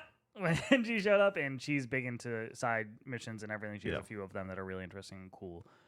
She's a great character, and her relationship with Zach, and she seemingly is in a similar situation where she doesn't know for sure. Yeah. And she's helping out the party and moving things along. Tells you about a broken down Mako reactor that's far away, which is another set piece mission. The set piece that is this Mako reactor, I think. When it's talking about just the gas in this game, where in GOG, I immediately am just like, oh. Like, I'm excited. Like, I'm totally excited to experience this, but it's almost like, what exactly are they going to do? I want more Zach. I want more crazy shit happening. Like, what's exactly going to come through and excite me? The reactor is such a highlight in this game. And what you've probably realized of listening to myself and Connor for the past 2.5 hours, or about 2.5 hours, it's all highlights. It's endless highlights. It's all awesome. But for them to deliver the goods in such a large way of the amazing boss fights against Scarlet, or the build up of the two different teams going at it and entering this Mako reactor, or the Scarlet boss fight as well, like, is from Intermission. The big ship thing she's in, which I thought was really cool. Yeah, really cool and then to have that be awesome, and then you get the weapon scene, and then you get the Tifa scene, and just all of it comes together. And weapons look weird. Weapons. What's the deal? What do you think they are? I think that they're pulling back a little bit. Do you think they're not going to look fucking dinosaur-like? I think that they're not going to look kaiju-like. Huge in the way that we. I hope they look huge, but I think that they could tone down like how they look. Figure out. I think that those are weapons. Okay. And those weapons that we saw, in comparison to what I expected them to see, like with Tifa's sizing inside of one of them, I thought they'd be way bigger. Sizing? Oh, with Tifa's sizing. Yeah. Okay.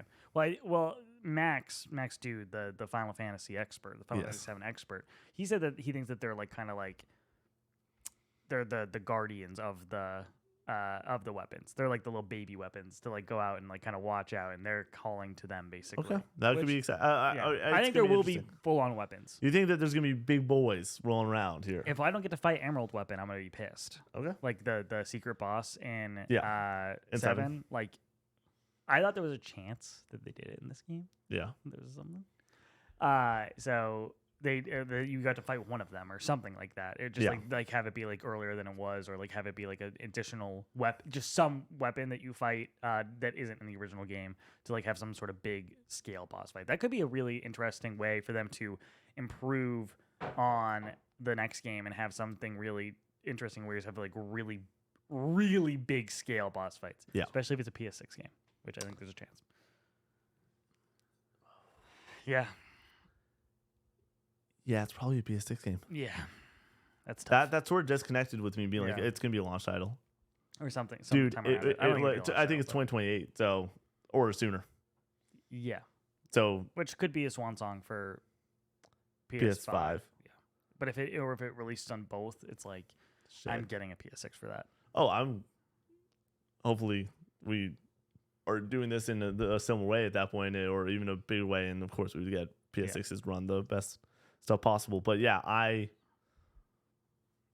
can't believe how epic these fights are, and then the Cloud freak out moment of going after Tifa. She falls into the Mako and gets swallowed by a weapon, and is a little baby inside that weapon for a little bit, and has like some memory. Stuff. You get the full memory trio, which I believe was Cloud's moment in the original, where you go down the memory lane and everything. Curious to see how they do that in the future, because Cloud, I assumed that was gonna be a Cloud moment, and it was weird that it was just a straight up Tifa moment. It's weird for me that happens, and then she goes back and just like forgives him immediately. I mean, she's just extremely understanding of his situation. Yeah, guess, I and, think like, that that's it. everyone, they almost smooched as dude. well. I was like, this seems really inappropriate for like what just happened. But Yeah, whatever. I think that everyone in the party is very aware of how screwed up Cloud is. No, I think it's just. I mean, they think he's screwed up, but I think that Tifa's the only one who knows like his relationship with Zach and like what's going on here and like what. Well, I mean, the way it's so interesting because this game also gives you the understanding that Cloud believes that Zach drowned. Yeah, that Which is that's his. not, that happens way earlier, or like he doesn't remember Zach at all. And so for him to have an understanding of Zach, well, they had to make him understand Zach when they did, so we could have the final fucking moment in this game be awesome. Yeah.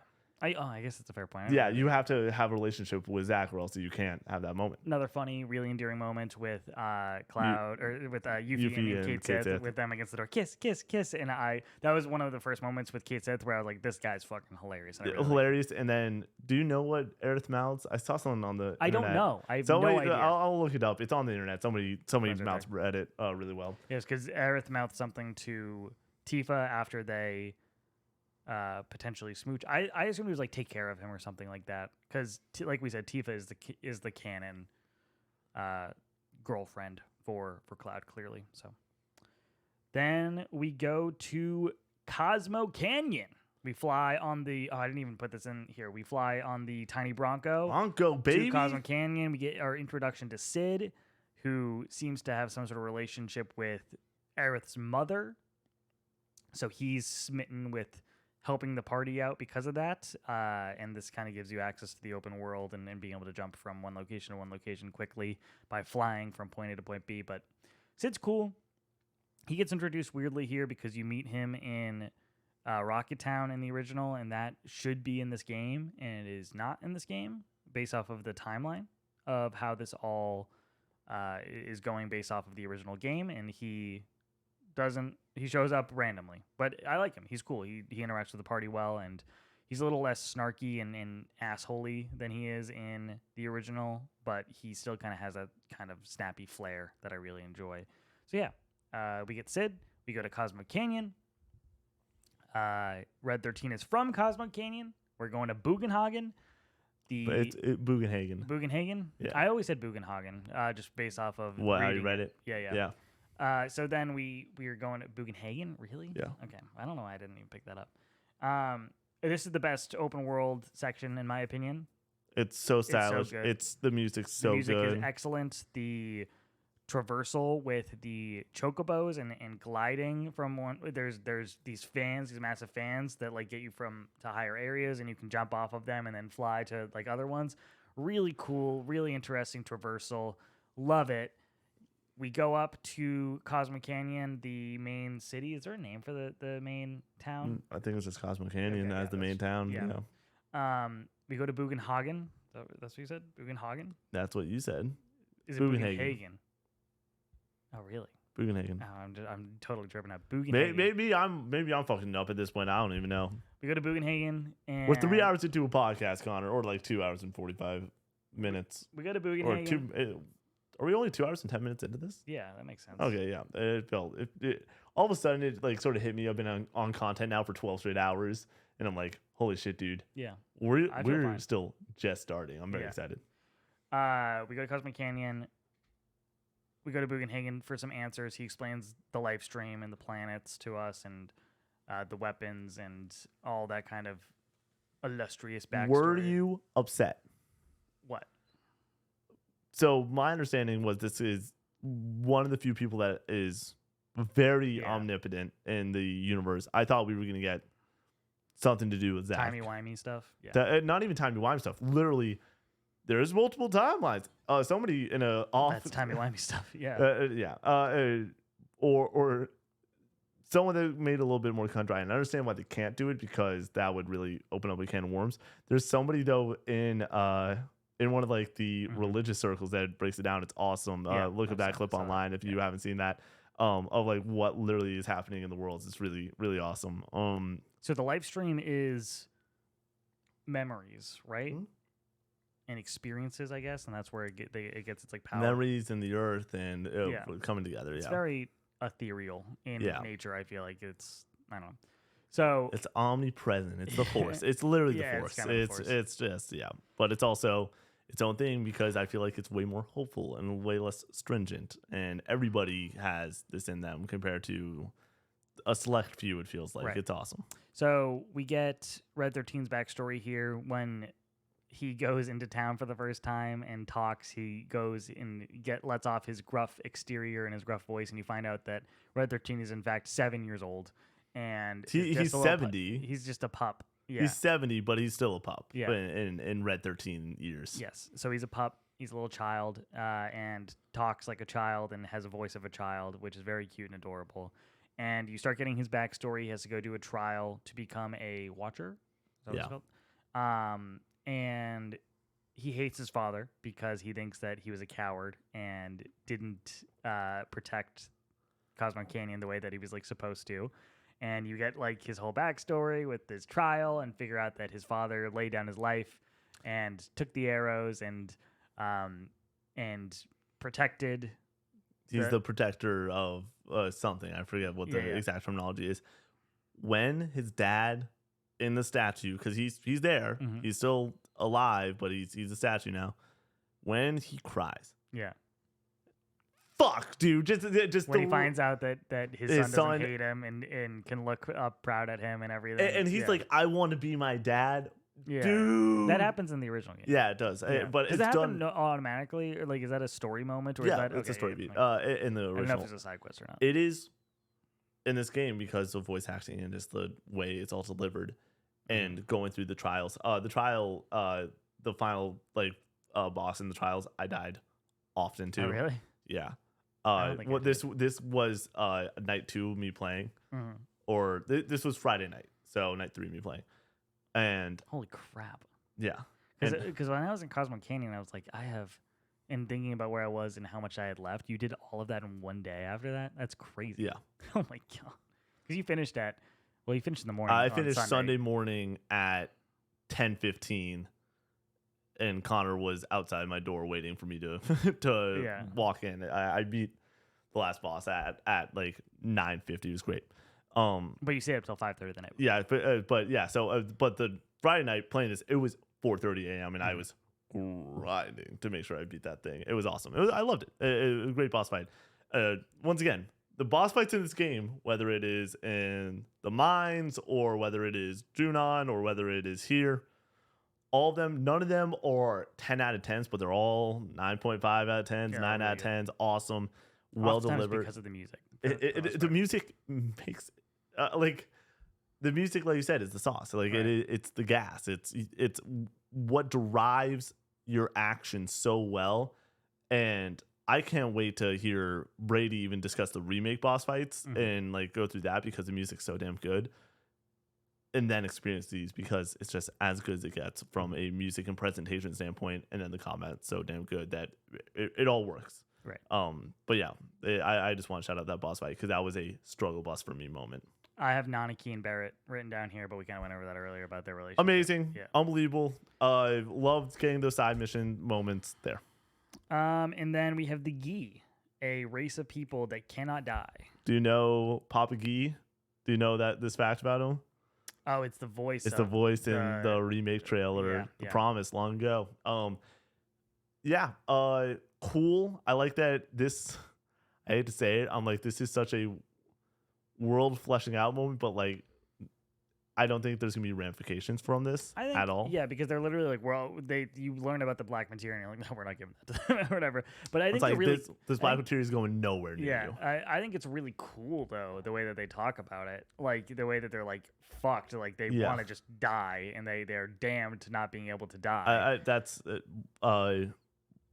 It's like one of my worst fears ever is there being technology that makes us not be able to die. Like, I want that so badly. Well, I want the option. I want the option to be able to die. The amount of games we got to get through. Yeah, Nick, if I could live forever because of that. Yeah, so then there's the black materia, which is this materia that can call meteor and end the world. And that's what they are looking for because they think it could end their misery, and Sephiroth is after it. And we need to go get it, so Sephiroth can't have it. right? That's the Black Materia backstory. Then, I skipped something here because we go back to. Gold Saucer. No, it's Nibelheim then Saucer. Is it? Yeah. Oh yeah, because we need to go to Nibelheim to get the information to find out where the keystone is. Yep. Yes. So we go back to Nibelheim. This is where the game becomes MacGuffin the clock. Like it is. We need to get this thing to get this thing to get this thing. And I normally hate this in video games because I think that it's a bunch of bullshit. And I think it's bad storytelling quite often where it is simply we need to go after the thing. What every single moment in this game does, though, is give you more character, whether it is letting Kate Sith drive the wheel for a while, whether it is adding Vincent into the party in Nibelheim, whether it is the Gold Saucer dates. Who gives a shit about what is actually driving the plot forward? We're having these sweet ass character moments. There's always something that you're really looking forward to that's dragging it on. And when the combat is this good and the characters are this good, and the music is this good and the set pieces are this good and the world is this good, who gives a damn? And you can break it up if you really want and do side content and kind of like get more combat in, right. Like not just only be getting the main sequences that might have a little bit of a pacing issue for you. I don't think it has pacing issues personally. I think the game is perfectly paced, except for the opening. That is literally, I think the are you out on the Kate Sith boxes? It's whatever. For me, it's take it or leave it, but I'm gonna take it every time because that's where I got my most Kate Sith play time. Yeah, and I wanted that. I wanted more time that I was. His abilities are OP as fuck. Crazy. When you're using them in a party setting. I don't think he stands on his own. Somebody pointed out, I forget who it was, in a podcast or whatever, that he during those sections it's more like a puzzle because you really have to like utilize his skill sets depending on like the enemy you're fighting because you're the only individual fighting there and if it's pretty easy to die. So like using the correct materia and the correct abilities and everything like is very helpful. Did you die at all during for me? There was one that like there was two enemies that like had an instant kill shot and it kept killing me over and over again. This was like I said, this was day 3 of me playing through this story and I legitimately was like, fuck dude, I gotta get through this. This was the moment that I was like, is there a way to bump this to easy, right? But like I stuck through it and the kill shot moves were this was probably the most difficult portion in the game thus far that I had, except for either of my late night sessions where I was like, I should probably go to bed because I'm not progressing the way I need to. Were you using the touchpad or were you using the sticks for throwing the boxes? I was using the touchpad. I thought it was easier for some reason. And then you go through that, you get the information that you need to get the key card. You play as Kate Sith, like we were just saying, and then Vincent shows up. And he's in his little coffin. Maddie Mercer. Yeah, it sounds so much like him. Did you see the him? Just for the people that haven't, and you immediately knew what I was talking about him getting revealed that he is going to be Vincent in this game. He was doing voice lines, and then like for side characters, and then he gets revealed. No, you're gonna actually be Vincent if you want to be Vincent. Holy shit, man! He delivers the goods. This moment is awesome of his introduction and then immediately turning down, being like, I don't really care about the group. Like, I'm not going to do this. Well, you have to do the fight with him. And then the fight is just pure electricity. So I think this is a Dirge of Cerberus thing when him turning into that, right? That's not in the original game. Him turning into the beast? Yeah. That's his limit. Like, he's able to turn into a beast that's one of his moves is turning into a beast, and you get to fight as him as a beast. Man, I'm just shocked how much I don't remember about. Yeah, for me, honestly, it's really interesting. I played this. I beat this year. I beat FF7 Original this year. I played 15 games in between then. Like I played all of FF9. I played like a lot of fucking games in between then. So it's just hard to keep track of certain things. So yeah, that boss fight was awesome though. I thought that was really one of the best boss fights in the game. I think it might be my favorite boss fight. A couple things that I want to touch on. Actually, no, we still have going back to Gold Saucer still left. Yeah. I don't want to touch on it yet. But yeah, this might be my favorite boss fight in the entire game until the ending. Yeah. So I don't know if this happens before or after, but I've written down Cloud remembers somewhat about Zack. With Zack? Yeah. Awesome. Yeah, very interesting. I was surprised that this happened. I was surprised that it happened, and immediately I made the connection that it opens the door. For them to be able to connect this game, because I I've been in the same boat. I listened to all the Max Dude theories. I listened to a lot of internet theories about this shit going into this game. I was all in on Zach and Cloud game 3 take down Sephiroth. They fight against Sephiroth game 3. Because that just makes sense in my mind. All the promo shit starts coming out, and I expected this game to allow you to fight as Zach against Sephiroth in something, but not with Cloud. Right. This opened the door immediately. That was the first thing my brain thought was, I didn't think that this opens the door. I didn't put that together. Yeah. So the reasoning being, you can't do this until Zach knows, or Cloud knows who Zach is. And now Cloud has an understanding of Zach. Right. Vincent joins the crew. Him getting on the plane and just kind of like walking on and then like just sitting down. Hilarious. Loved that. So good. The character motivation of Sephiroth and everything, and like I got history. I got beef. Yeah. Well, let's do this. I don't know. I don't know Dirge Cerberus, so like I don't know what the history is, honestly. So he's awesome. Yuffie and Vincent are missable characters in the original game. Yes. You do not need to get them, which is cool to see like how they are handled in this as like very much main characters. Yeah, so they decided to flush out the cast in a way that is flesh out, right? Flesh out. Yeah. What did I say? You said flesh out. A lot of people say flesh out. It's kind of like for me. Yeah, this is sorry. Flesh out the cast. No, I mean, by the way, my brain has it as flesh out. Like, right. But a lot of people say flesh out. I think I said flesh out for the longest time. Yeah. Anyways, it's a great way that they do it, where the understanding is very clear. Hey, we are here to go and make every single one of these people somebody's favorite. Right. Every single character, it is awesome that they're like, no, this is gonna be your favorite character now. It's great. Right. Okay. So then we go back to the gold saucer to get the keystone, but the keystone might not actually be there, but it is actually there, and they're not really sure. Yep. Is what Kate says. And you do a whole sequence fighting Don Corneo. And then the Turks show up, and then Rufus shows up. This sequencing, you're missing a big part of it, and it happens a couple times in this game. Most notably, the Roche fight. And, also, we kill Roche in Nibelheim. Yeah. That fight we skipped over, but that's an awesome fight. The Roche fight at Junon. The electricity in the room, the anime sort of moment is there. When the announcers from the wall market come in. Do you have it coming out of your controller, the sounds, or do you have it coming out of the TV? Like when Chadley talks? Oh, controller.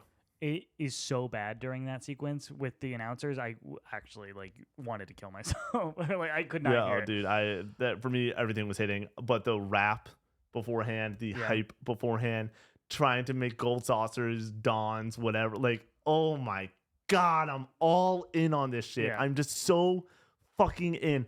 And I felt like they did these callback moments really well and well paced out too, to be like, we're not just gonna do fan service for the remake fans, because this is the cruise ship. I felt like is remake fans moments. Like this is enjoy that. This is another one of those remake fans enjoy this, and it's hype. It's ridiculous. Yeah, it's really good, and you get the same sort of vibe of the best fucking moment. Like they're like, best moment in this shit in remake might be Wall Market's arena fights going against Hell House. Run it back. Let's make it hype again. Dude, and do these. It's hard. The Rufus fight is, dude, I'm not looking forward to it on hard mode. Yeah, you have to play like a very specific way, and you have to dodge. You have to. There is certain moves that he will just immediately block and parry you and like throw you and then shoot you. You have to choose these very specific move sets. It's awesome though. This is one of those moments that I like this game being hard. Right. I like this game challenging me in dumb ways, because guess what? A lot of it's really easy. Or not easy, but like just like I died a lot in this though. Yeah, and I didn't mind dying. It was Before great. that, the dates. I forgot about the dates. Who do you got? I got Aerith. Yeah, I got Barrett. I want to make this very clear. I said I'll get who I get. I'm not gonna push for anything. I was in the same boat. I mean, like I tried to talk to everybody. Yep. Is the thing, and I didn't really push for Aerith specifically. I was stoked that I got Aerith. The second I got Barrett, I did the Jimmy Neutron brain blast moment where I was like, all the conversations with Barrett, and I was like, I definitely got the date with Barrett For sure. Like, I don't know why I was shocked that I got the date with Barrett. I for sure got the date with Barrett because some of the side missions I did were Barrett side missions. Some of like all the talking moments, I made sure every single time I left talking to Barrett, I was like, that's my guy. I need to make sure that him and I are on the same page with everything. Whereas with Tifa and Aerith, some of the times I would like go a certain way that wasn't always the best option. Right. And so yeah, I got Barrett, and it was great and adorable. And these dates, dude, they Have you watched all of them? No, I have not either. I'm not gonna watch them. I'm gonna play all of them. You can do like go back and do. Yeah, all of it's easy. It's you just run through them. Yeah, I want to wait for my hard playthrough and do. Yeah, I'm gonna get to chapter 12. Yeah, and then just run through all of them. Okay. Apparently, Nana Keys is really important to the overarching story. Yeah, I heard something about that. Yeah, Laura keeps being like, "You should just watch that one real fast." Okay. So I got Aerith's. Amazing. I don't want to necessarily spoil it for you, but like it's. I'm just gonna leave it at that. It's special. It's special. With them on the sky wheel, and then you do the performance. I don't forget which happens first, the performance or the sky wheel. I have no idea. Yeah. For me, it's been a month. It's that's. So then you do the stage performance of Loveless, and Red and so wait, if you're it's Red and Kate that you're going against. No, you have Red and Barrett. Barrett's on the screen, but Kate is the jester. Okay. Is Barrett on your team? No, he's the bad guy. Yeah. Okay, but I just know because you were on a date. No, he's still the bad guy. I was just saying Red, Kate, Barrett, and all have their outfits. The jester hat for Kate. I forget if Kate was involved in mine. He's like the announcer. Like he's he brings you through the story and narrates. Right, because Barrett and Red are the bad guys. Bad guys and Aerith and Tifa. Okay. Aerith and Cloud are the good guys. Okay, gotcha. I didn't know if it changed based off of the date. No, I don't think so. I think level stays the same. Yeah. Badass. Love it. The quick time events, all of that, really good. This is another one of those moments from like this game just gets it. It's different. It hits different for sure. So that states Kate Sith betrays them. It hurts. Yeah, it hurts. And when it didn't hurt it didn't hurt originally, and now it hurts. And I'm like, what?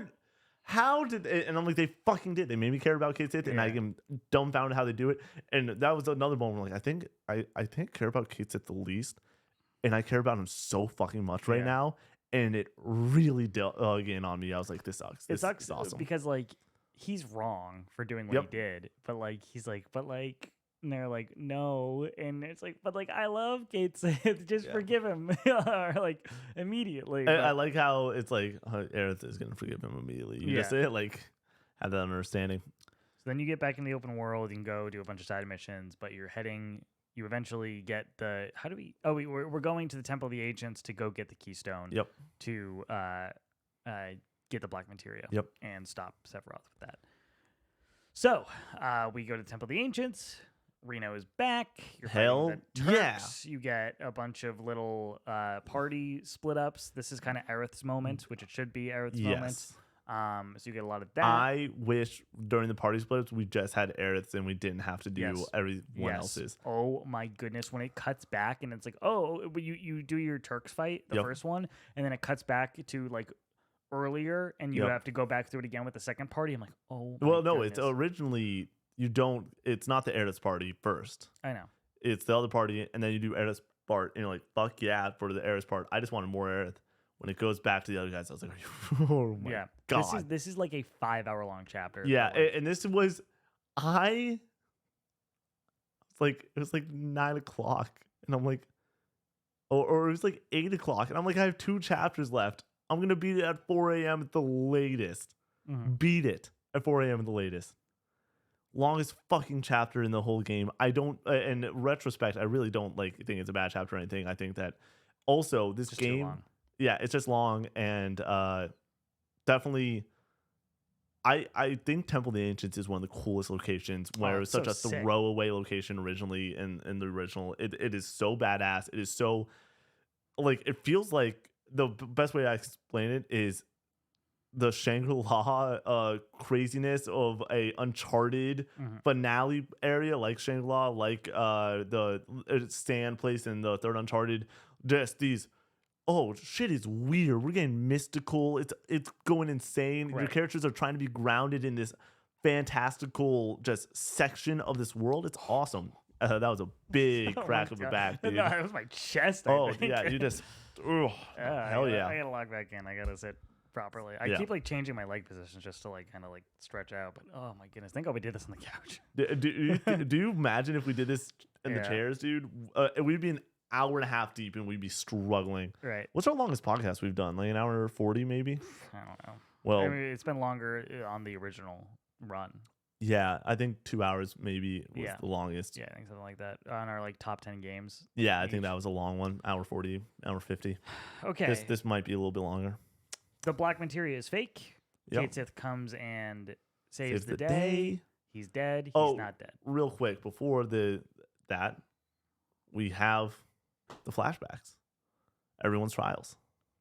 Yeah, I don't remember specifically much from this sequence or whatever. Everyone goes and has the worst moment of their life play in front of them. Yeah. Obviously, the highlight is Aerith. Yeah. Saddest shit I've ever seen. Okay, right. All right. Sorry, I for some reason, like, this didn't... I really wanted to get to that last sequence, and I was like, it was late at night, and I was like, okay, if I can... Yeah. And you're playing through that sequence, and I was like, okay, yeah, I remember now. Sad. You get to Aerith, and it is legitimately... It is this character that obviously we both find very, very high regard on the writing of this character and what they stand for. Mm-hmm. For them to just have literally be begging people to help them, and for them to not get help. You're like, I didn't like cry, but I was like more emotional in this moment than I had been thus far any time in the game. And it hit where I was like, holy shit, this is the worst, and I don't know how to deal with this. And Elmira's a real one for helping. Totally. So then, like I said, Reno's back. Black Materia is fake. Real quick, all of the fucking Turks fights here, I was like, yes, this is all top notch. This is all everything I could want, because I feel like the Turks in this game are because we have better understanding of the cast and everything, and like who they are and what they stand for. As Turks, light it up. Like, this is, let's get all the awesomeness before we go into crazy Sephiroth territory. Let's get all that going right now with the Turks and make the Temple of the Ancients as dope as possible. Sorry, I've cut you off like 3 times. This is just a really cool moment. Kate Sith dies, but doesn't die. Yeah. The fake out. Like I said, I thought there was a chance that he actually did die, just based off of the way that they've set this story up, which I think is fucking awesome. How they managed to do this, to have some sort of intrigue and mystery with moments that have already happened in the original game, that there's always a chance that something changes. So I thought there was a chance that he was actually dead. He wasn't. It was hilarious. It was sad. It was very good. Aerith and Cloud goes nutso again. Aerith takes the Black Materia. Sephiroth is trying to get the Black Materia. Aerith hands him the Black Materia. Cloud. He says, she's like, I trust you. Like, you. Right. I awesome. And love then they fall into the water, but die, but don't die, but die, but don't die. Yeah. Don't die. So we are into the beginning of the end, the finale now. This is date. We got the date in there. With them being in the. I got that written down. Oh, okay. I thought when you're talking die but don't die. This is the beginning, and will they fall in? And yeah. Like, are they in heaven? Like, what the heck is going on? Great. Rock and roll. So now I want to throw this out there. All spoilers for anything ever are on the table. Yeah. Yeah. For Final Fantasy VII original, future stuff, all that good stuff. If you made it this far and you like, this is obviously our through Rebirth, but this is where we're gonna get speculating and stuff like that. Yeah, cool. So Aerith and Cloud date is the first up here. They seemingly wake up. At first, I thought it was where Zack had them with Cloud in the wheelchair, Aerith in a coma back at Elmira's place in their timeline. But they wake up. Aerith says that they're going to go on a date and go around town. And Cloud is confused and wakes up and says, sure. This world is her dream, dude. This world is it's a dream. The sky's all fucked up. Don't look up. she says, because the universe is doomed, or that this timeline is doomed to failure, and that is indicated by the Tear in fucked the up sky. the tear in the sky. We see new stamp bags, the dog on the chip bags that indicates a different timeline. So I have Sky, the white materia. So the Sky is fucked up. She has a full white materia. Throughout the game, we have seen a clear materia that Aerith has. Yes. Seemingly brought on by them defeating Fate. Yes. Is the assumption. Because they lost out on her previous memories and everything, and they're sort of gone. That is my understanding of that. Yes. This is going to be the, like, we don't know. We fully don't know, and it's exciting to not know when we get to talk shit, and we expect the comments fully to be like, this is what I think. Cool. Yeah, let us know your theories and everything. Yeah, if we get something wrong that's like painfully obvious, I apologize. There's a lot like that goes on here at the end that like I think we both listened to a shit ton of theories. We've listened to a good bit of Max 2. We listened to many of the big outlets. I just fundamentally disagree with. I loved the Max Dude podcast with the Easy Allies for a remake. I disagree with almost everything he says for Rebirth, which I think is fun. It's fine and fun to be able to do that. And have a difference of opinions on exactly where the story is going. We'll get into our thoughts in a moment. Yeah. So the white materia, we know that Aerith needs the white materia to be able to cast Holy to save the planet from Meteor at the end of Final Fantasy VII remake. Or sorry, Final Fantasy VII original. And she has a clear one in the real world. So in this timeline, it seems like she has a real one. They go on the date. They end up back in their favorite spot. She gives Cloud the white materia. Sephiroth walks to the door because he's there to kill her. Dude. Seemingly there to kill her in every timeline. She's fated to die at Sephiroth's hand. Pushes him back through the middle, the portal, the whatever. The flowers. Which, in my opinion, the flowers obviously have a large representation of the live stream and just like... All right, what do you want to call that then? The white void. The white void is the live stream in my mind. Okay. The white void, and this is where we can get into some theories. The white void, in my understanding, and where we're going with all this, is the live stream, and the live stream I also believe is where timelines are held, where that's where everything is able to split apart and everything is held within this white void. That's where we see Zack bump into Cloud. That is where we have the final battle. That is where we are here currently. If you're not on the same page about the white void, I think that is where you get crazy with some of your opinions. I think Max Dude has a little bit of some wild ones with where he goes with, is the end of this game in Zack or in Cloud's mind? I think that the end of this game very much happens in this white void that is throughout a bunch of different shit, including definitively where Zack bumps into Cloud. Right. That, in my opinion, is the most you have to take it at face value. What is it? That is a definitive moment that happens. Right. And to assume that we are going somewhere else with this, of where that place is, that's where it gets crazy. And you're able.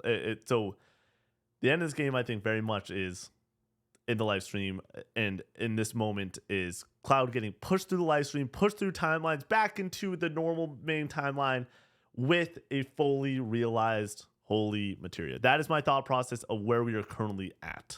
So it is important to note, and this is kind of like I said earlier about Zack and his function in the story, Zack and Biggs and his final stand in his own timeline on what he decides to do. And this is is where we kind of understand timelines and how this all works. Where in one option, he goes to Shinra headquarters, HQ, and then in another one to save Cloud, and in another one he goes after Biggs to a reactor to save Biggs. There's two different chip bags. There's two different very important rainbows which indicate a different split in the timeline is being made.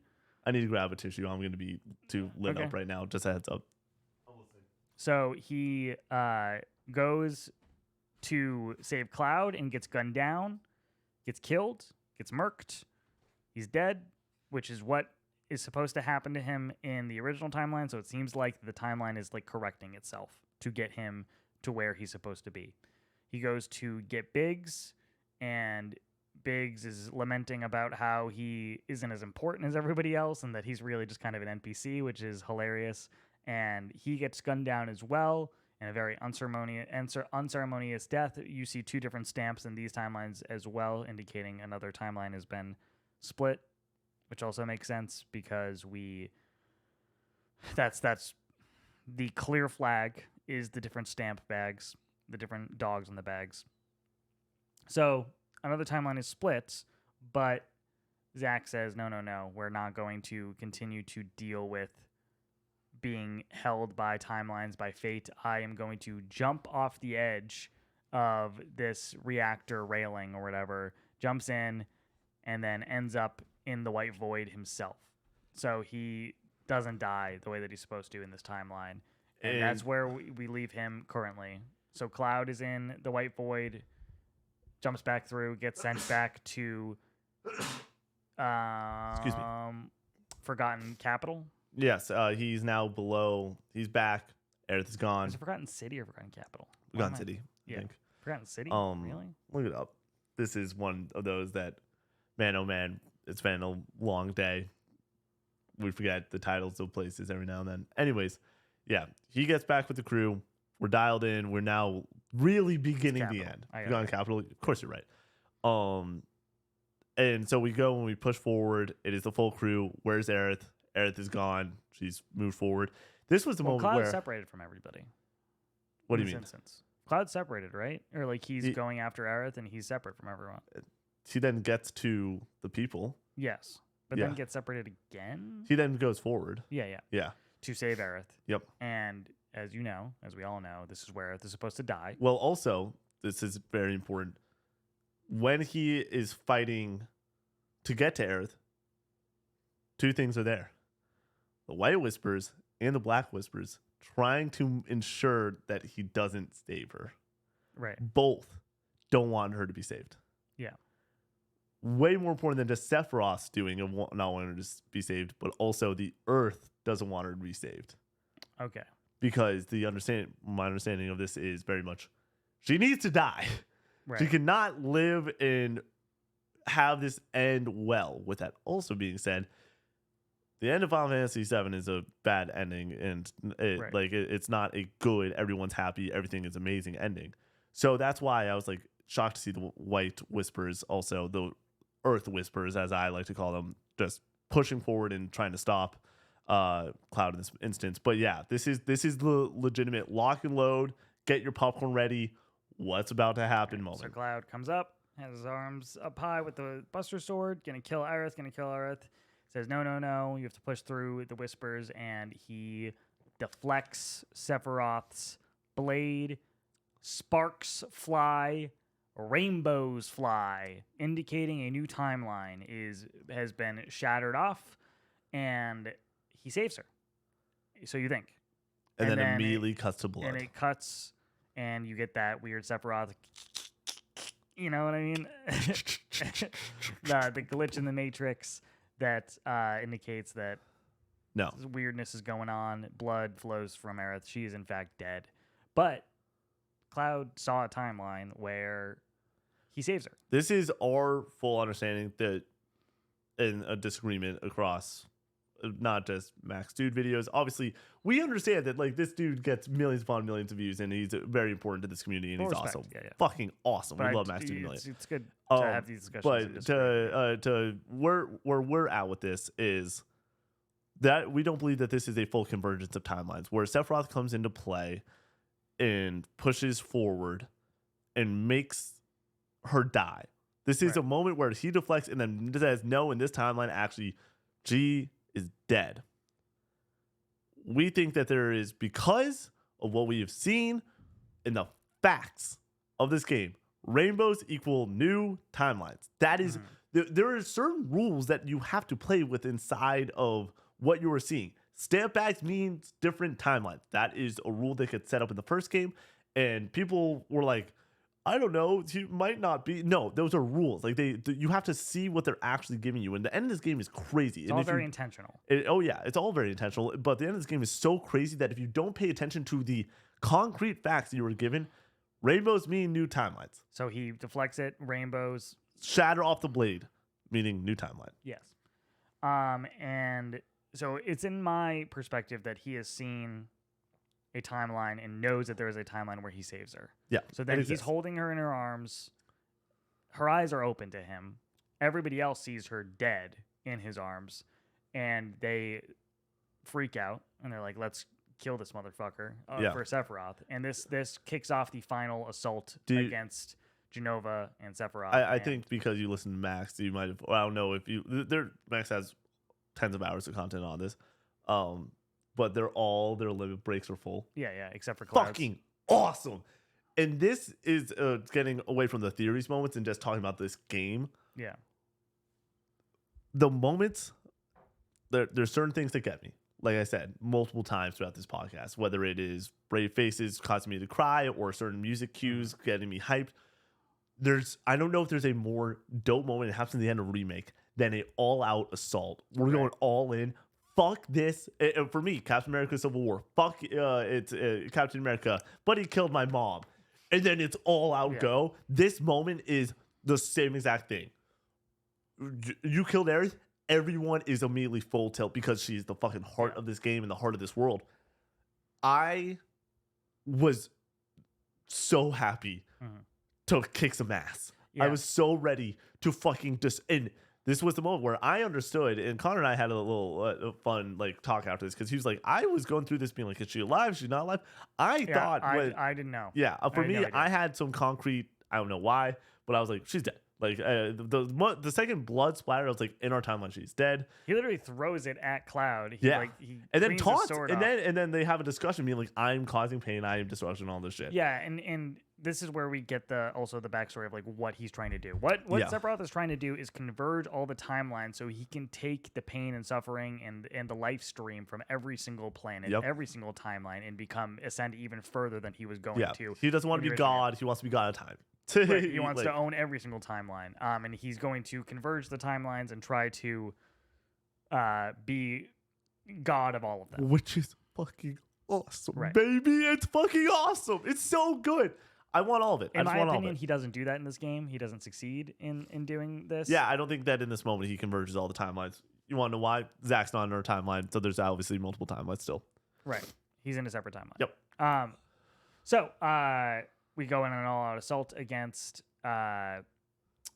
Sephiroth, and first, my big high moment is the Aerith theme playing after she dies and you're fighting Jenova, and then it turns into the Jenova theme. It's insane. It gives way to just monstrosity and craziness. The way that it turns, it's from this really epic, amazing moment to scary, is really awesome. The second time I played through this for the moment of oh shit, I have to play through this again. Aerith's theme is, like I said, my favorite piece of music. This time around, I cried even harder when Aerith died, and I understood in my heart of hearts that she died. But the first time playing it, let out a tear. Yeah. The understanding of Aerith's theme playing before the Jenova theme kicks in. Holy shit, dude. It hit so hard. It hit like a bus. And this was the second time I had to play through it was like a week after. I was just doing a bunch of other stuff for content. So I wasn't able to get right back into it after beating it. I really genuinely was destroyed. And then it's all out assault. It's awesome. It's intense. This is another really important moment for Yuffie, in my opinion, because this is what I wanted to talk about earlier about her arc. She is obsessed with getting materia, getting more powerful, carrying with Wutai. The second it becomes about Aerith, she's like, let's fucking kick his ass. Yeah. And she's all in on this. And she's like, she's as ferocious as everybody else. And it's similar to Cloud's arc in the first game, where it's like, I'm here for the money. I'm here to do just I'm here for the job. And then Yuffie is just I'm here for the materia. All I care about is this. And then it's about the people. It's about her friends. And that's where I really it's more subtle than everybody else, but I do think it's still a really powerful moment. It's awesome. You're fighting all separately, and there's like a little. It keeps switching. Yep. The best part in this, maybe this entire game, in my opinion, is, and I played it 3 times because I played it the first time, and then I played it again, thinking I was like, oh, like maybe I know I have to play through the ending, but maybe I should just go to chapter 13 and just load up a save and just do that instead, and like do all the side stuff and then finish the game from there. And I was like, because I had a save right there, and I was like, no, I should actually finish it. So I did this twice, this moment twice. Yeah.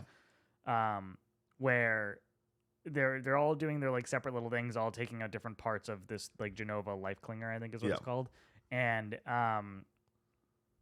when they all team back up and Yuffie's like, you piece of shit, and then Cloud is swinging at him, and then Red 13 comes in and lands on Cloud's sword, and Cloud throws Red at him, and then he takes a bite, and then Tifa comes in, punches, Barrett comes in and is shooting the like little orbs all around him, and then Kate Sith comes in and throws Barrett at them, and then Kate throws swings Tifa, and the 3 of you, Cloud, Barrett, and Tifa come in and beat the shit out of him. It's like, this is the coolest, most anime fucking shit I've seen in my entire life. This is what video games is all about. The music is flowing, the emotions are high, and this is so badass. What I am seeing on screen right now is the coolest fucking thing on the planet. It makes no sense why a fucking cat with a Moogle and a dog and this cast of characters would come together and make me feel the way I'm feeling right now. But it makes sense, and it's hype as all hell. I am so dialed in at this point. Connor knows this. Our audience overall, if you're not someone that watches all of our videos and everything, knows this very well. It was like 1 or 11 o'clock when I put my phone in the other room. For this.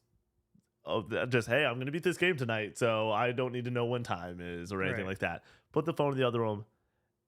I'm experiencing this, and it's late, and I'm standing up like a child, jumping. It's so ecstatic that this is just it's all hype. It's all fucking hype. And for me, I know that my presence on the internet is annoying at times when it comes to this fucking game. I get it.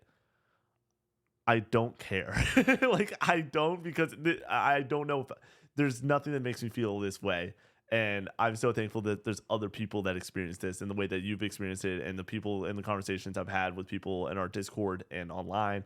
Just they're like, yeah, this is the coolest shit ever. Yeah. In moments like this, I remember talking to one of our community members after this, being like, this moment, that cutscene, the all-out fuck you moment of this game is so elite. It's awesome, and this is. And the reason I really adore this ending is because it's twofold. You have the theory stuff that we're discussing right now, but you also have the dialed-in moment of what is happening is awesome. The boss fights are awesome. So rock and roll, it's great. So we've hit Rainbows, Aerith is dead, Sephiroth's plan revealed, Convergence, final boss rush, Zack and Cloud fight together. So Cloud gets pushed into the Lifestream Ether middle area again. Zack sees him. No, so Cloud is Edge of Creation. Zack is in the Lifestream. Okay. Zack taps Cloud and gets brought into Edge of Creation. Yeah. Holy shit, dude. I love Zack when he sees him is like, why are you me? Like he knows immediately. He's like, what's? We'll catch up in a moment. Like he taps on the shoulder and gets brought back in, and then the Cloud like takes the lead or whatever, and he's like, oh, I like that you're taking the lead now or whatever, because he knows Cloud is this dorky scrub. And they fight together. What do you think of his combat? I think it's cool and fun, but like what you said, it's a bit of a gimmick, just like it's for hype. So this moment I think works in 3 folds. One is the pure shock factor of holy shit, you're now Zack. You now have a full kitted out Zack where you have your own ATB stuff, you have your own spells, you have your own limit. Awesome. The second way that this really works out is Cloud and Zack's dynamic of immediately understanding, holy shit, we didn't think we'd get this. This is very exciting, but also, wait, Cloud doesn't know. Right. And Zack knows. Right. How are they going to handle this? Third is Zack and Sephiroth's dynamic. In the lines during the fight, where immediately it is, you were a soldier. How could you do this? And Sephiroth is like, easily. You're like, are you serious right now? Are you serious with this shit? It's awesome. It is so exciting, and because it's so short, it's a short fight. You were supposed. It feels like you are the two of them together win every time. It feels like right. But you separate them, it's not going to work well. And Sephiroth understands that. He knows, and that's why he separates them. It's awesome. It's so hype. It's so good. I legitimately could not believe what I was witnessing at this point. It's fan service for the fans. Like, this is a FF7 fun moment. But also the people that have been understanding and playing this game Rebirth for now hours on end and understand who this Zack cat is a little bit, it's got to be immensely satisfying for them also, where they're like, finally, we get them this character in our main circumstance. I'm all about it. I love it. As a Final Fantasy 7 fan, I think it's a 20 out of 10 moment. As a fan of awesome hype shit, I think it's a 15 out of 10 moment. And as a moment in this game for what this game is and the way that these characters interact, I think it's an 11 out of 10 moment. It's hype as fuck. Yeah. I love it. And so you do that fight against humanoid Sephiroth. He's still just kind of, he's Sephi as we know him. And then he says, so as timelines come together, so do they part or so do they split? And he cuts another timeline rift between them. You see another rainbow indicating another timeline. Yep. And Zack gets sent back. What does he say? Save her. Which he must know that, like, she's like in a bad state, or like, I don't think he says that unintentionally. Like, there must be some sort of, or Zack knows that Aerith is currently messed up. Right. Whether it's his original timeline or wherever he's at right now, he knows that Aerith is not good. But intentionality is, once again, you gotta look at the facts. If she is dead and he's saying save her, that's not for nothing. You know what I mean? Like, it doesn't, for me, and this is, we're both, and what you will come to understand is we both are in the boat that Aerith will be part of this third game. I firmly understood this line in this moment as eventually save her, bring her in somehow in the future. Like, she's gone, but find a way to bring her back. Right. So then they split. Cloud has his fight with new godlike towering Kingdom Hearts ass Sephiroth. Zack has his fight in the church. Dude, so like the education rest of the fight where Cloud takes out the bottom, whatever. Not that exciting. Really quick, yeah. Super quick. The fucking Zack fight in the church. Are you kidding me? With the meteor behind him? Real? So cool. What? With the meteor behind him? With the meteor behind him? With the fucking flower patch that grows and Aerith's presence is there to protect him? Right. Holy hell, dude. Once again, it's everything I just said before with the Cloud moment, but it is all out assault. Even multi-timeline, all out assault on Sephiroth. And as my understanding, Sephiroth is the greatest villain in gaming because of the presence that he provides is close to Nemesis when it comes to Resident Evil, on just how dominating and commandeering and terrifying that is, but also the understanding of the mastermind plan and what he's willing to do for it. So sick to have all of the cast together, multi-timeline, dimensional, trying to kick ass. It's sick. It's in. Did you get his limit break? I got where Cloud comes in also. The synergy. I don't remember getting his limit. Limit's cool, dude. Well, can you tell? He punches. I don't. Yeah, I didn't get his limit. That's awesome. Cool. And then, so those are really the only two important, because then the other crew is fighting another large version of Sephiroth They're taking out different portions of him. Yeah. So they're all kind of all out assaults on different areas. But Cloud separated from the party, and they notice that, like, Cloud seemingly is having some effect on their world. Yeah, they understand wherever Cloud is, we hope he's winning, or whatever the line is. I hope he's doing well, whatever it is. So then Cloud is once again in the live stream after defeating. Yes. Sephiroth? This is the most important description on where we think the next game is going to go and theorizing what is happening. So you're calling it the live stream, but you're not positive it is the live stream. I am calling it. It has to be the same thing.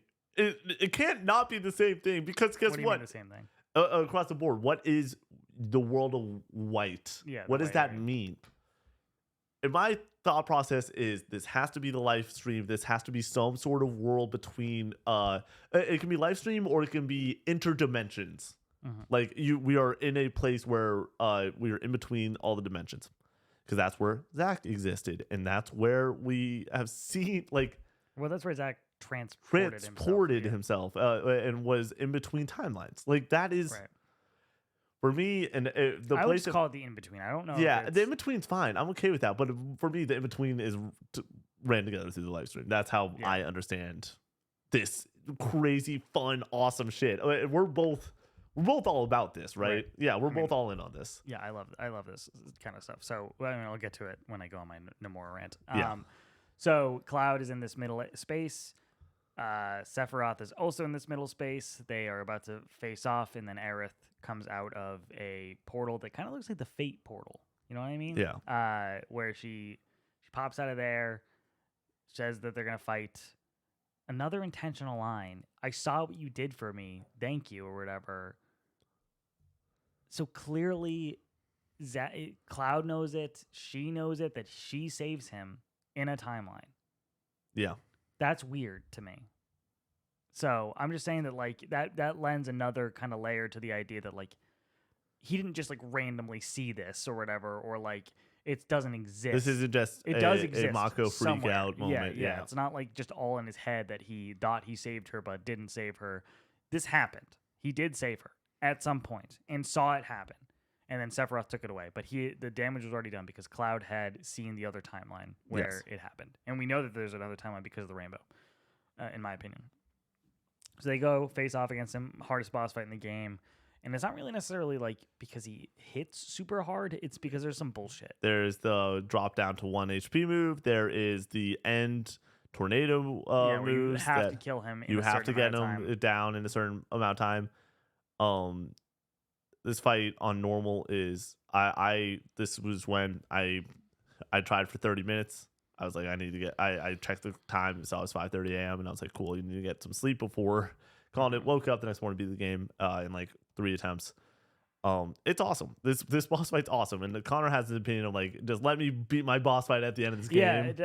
I'm never gonna say this hot take on as an official hot take because I think it's too easy to twist. But yeah.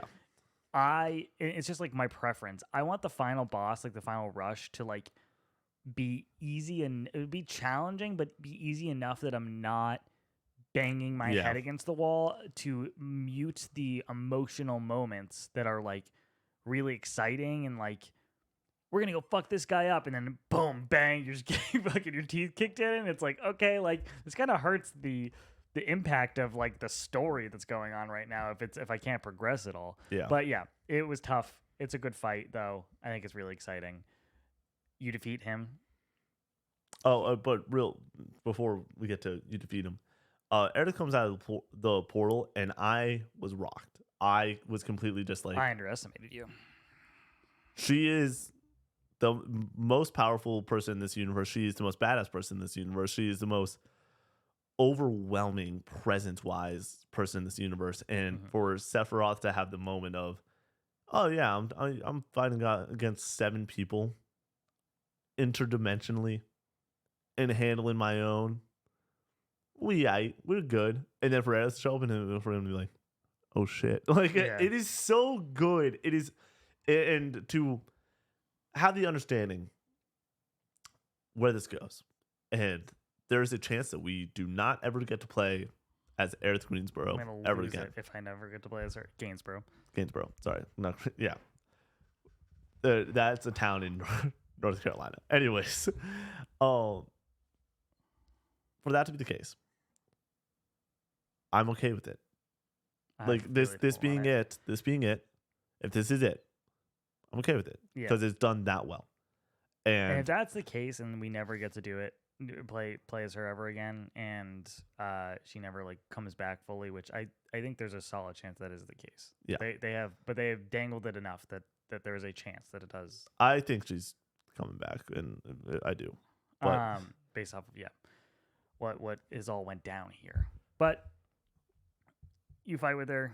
It's awesome. They rip it away again. They rip her away from you because you defeat Sephiroth here for now. By the way, let me just throw this out there.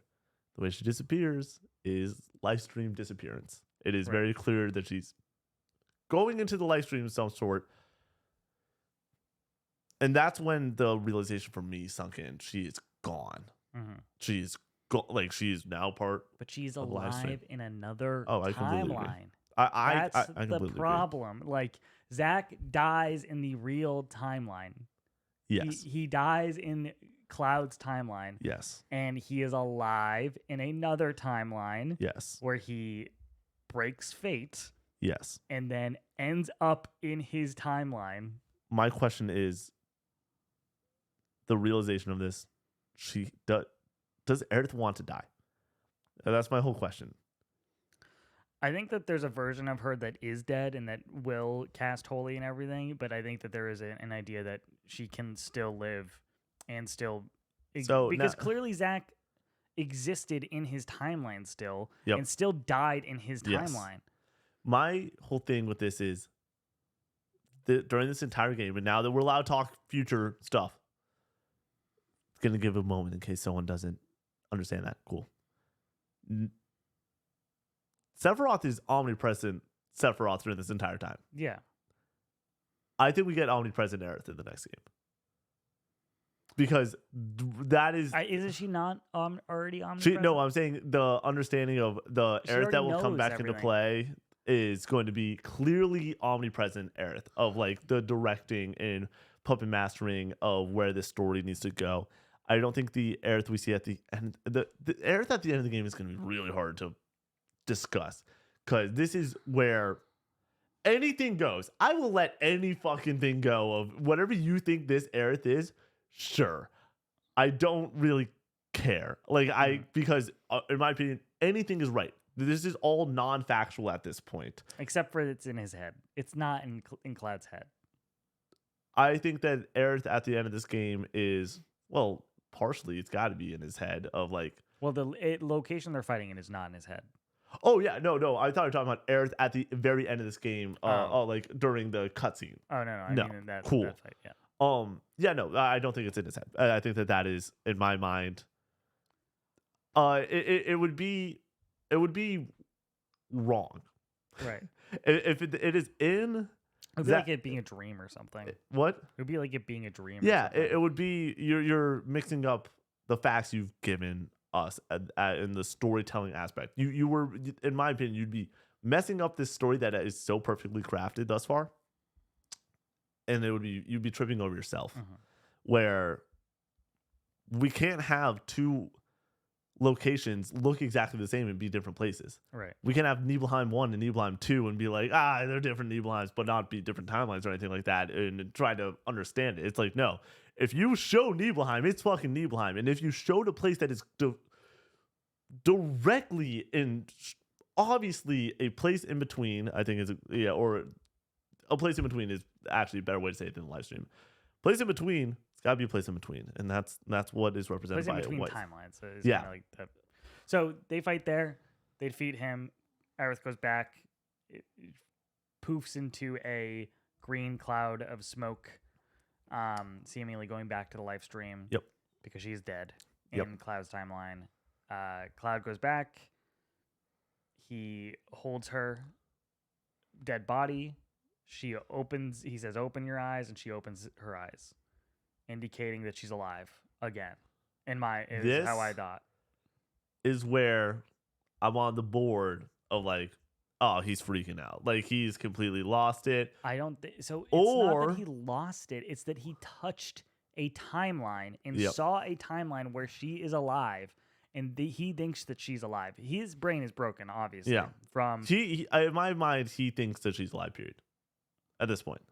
He understands that she's alive somewhere. Yeah. Yeah. Because he saw a timeline where he saved her. Yep. And she is alive. in a timeline where he saved her. And we don't get the scene where he lays her to rest in the water because of this. Everybody's crying. Cloud is happy.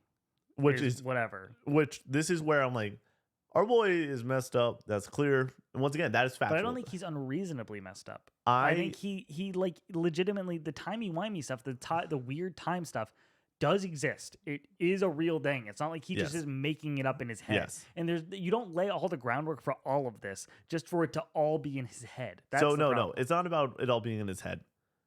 What is happening and being displayed, though, my understanding of it is the second that we are now back to what is happening in the open your eyes scene and all that shit. It's the same Cloud that has the black material and then puts it in his sword. Mm-hmm. And that is a messed up Cloud. That is a Cloud that is doing Sephiroth's bidding again. Right. But he's supposed to be like that at the end of this, right? Yeah. That totally He's makes supposed sense. to have the black materia here, right? Yeah, he has at the end of disc 2, I don't even know, or disc 1 or he's whatever. Delivering the black materia. He's delivering it to the Northern Crater. Yes. Yeah. And our Sephiroth, the Sephiroth in this timeline, will receive the black materia from Cloud in this game. But is that the black materia that we got from the Temple of the Ancients? I don't know. Is it because they say that's a fake one? Yeah. I don't know. Yeah. And I think that it's supposed to be. And if it's a fake one, then why is Sephiroth trying to get it? Because he thinks it's a real one? Yeah. I think he might think it's a real one. Who says it's a fake? Right. What? Aerith. Yeah. Aerith says it's a fake. And the reason that Aerith says it's a fake is because Aerith, I think, knows it's a fake. Or she's trying to play some mind games. But he also has the clear material. Yes. Holy. All right, let's just no, he has he has holy, but it's not holy. It's clear material. Yes. We're getting into the end, the final beautiful, gorgeous cutscene where they're all sitting there. Cloud goes into his pocket. Before we get to that, do you want to talk about Glenn at all? No. Okay. Yeah. Glenn is Sephiroth. Cool. Yeah. I don't care about that at all. And the war with Wu Tai is going to happen because of Sephiroth. Great. Right. So, Cloud goes into. They're sitting there fixing up the tiny Bronco to get wings on it again. Everyone's destroyed. Everyone's very sad, for the most part. Mainly it's Tifa and Red. Yeah. That are, dude. Yuffie with this scene cries pretty hard back at the. Yeah. Everyone back at the temple is, or not temple, at the. I was trying to remember if that was the scene or not. I'm getting those two mixed up a little bit. But yeah, so Red Nanaki is comforting Tifa. And he senses Aerith's presence. This is the most important part that proves that this shit is not just in Cloud's head. Right. And he is connected to the live stream in Genova because of the experiments with Hojo. The people that are able to sense him or her. Which is interesting because of his relationship with her back in Visitor Soul and all of that. Like you hear them talking. And they're he's showing her his voice and everything. Yep, they're homies. So there's that factor that he would be able to sense her because of that, her existence. And they don't just say that for funsies. They like we said, everything seems very intentional in this game. They don't just throw stuff in here. Once again, this is you cannot ignore facts, and the fact that she is sensed by Red proves to me that she in this moment is not just in Cloud's head. That's in my opinion, that's ridiculous land. How would she be just in Cloud's head if Red's able to think? Right. That just makes no sense to me. She very much has to have some sort of presence that is either a live stream, meaning that she is in the live stream right now and anyone can sense her that have large connections to the live stream of this planet. Mm-hmm. That, in my mind, without getting time line and a different universe crazy, makes sense. Because, that just makes sense. You have the person that is more connected to the timeline than anyone else. We have Cloud, who is on a Mako freakout. We have a Red, who is very well connected through the Hojo experiments. That all connects. That is a perfectly fine way to leave this game, saying, hey, this is Aerith from our Earth. This is dead Aerith. Mm-hmm. And she's gone. She's gone. We think that there's another Aerith that exists, obviously, because of the timeline stuff and the rainbow. I think the Aerith that we're seeing is that Aerith. You think that it is timeline Aerith? Yes. Okay. I think that Cloud has a connection with her, and that she's able to communicate through these timelines because she is Aerith. So, do you think etc. Aerith is able to connect with whoever she wants through these timelines? Yes. Okay. But Cloud has a special connection with her because he literally saw her live. Yeah. My thing is, how would Red be able to sense her if it's not? Because she still exists. And the only reason that she's in this timeline currently is because of Cloud's connection with her, or like able to communicate through this because he saw her live. Like, I think that's so important. Like, I don't think they have that moment happen where he saves her for no reason. Yeah. Like, it is really but interesting. I think the theory that like she's like omnipresent Aerith, the one that like is powerful like Sephiroth, that can move through timelines and kind of exist. I mean, Sephiroth dies too at the end of Final Fantasy VII, and the Sephiroth that we're seeing here is omnipresent. Another Sephiroth. Yeah. You know what I mean? It's the same idea that like, okay, Aerith dies, but like this is a different Aerith that clearly like is going to make different decisions. I love this fucking game. And have like different stakes and abilities and motives and everything. So like they're both equals in some way and parallels. Aerith is the most powerful person. In the but I'm saying that they're parallel in like their ability to move clearly through timelines and communicate and understand the story and the overarching. They know how this plays out. They know timeline. The whole timeline and how it's supposed to end up and how it ends up. So with all that in mind, like, so I think that she exists. Cloud goes down, or Cloud has the black materia. And puts on a sword. He's hiding it from everybody, which looks so cool. It's very weird how it like I think that's badass. He has the clear materia, and those are two different materias. One doesn't become the other because he first pulls out the clear one. A lot of people are like, "Does it?" Then he pulls out another one, or he puts that back. You hear two balls touching. I'm sorry, that's the best way to say it. They jangle. So. The clear materia is the most confusing thing for me. Like, its importance, its relevance, like what it means, that's not in the original game. So it's clearly some sort of MacGuffin, something that like actually matters. It has to mean something and can be used in some capacity. So I want to know what that is.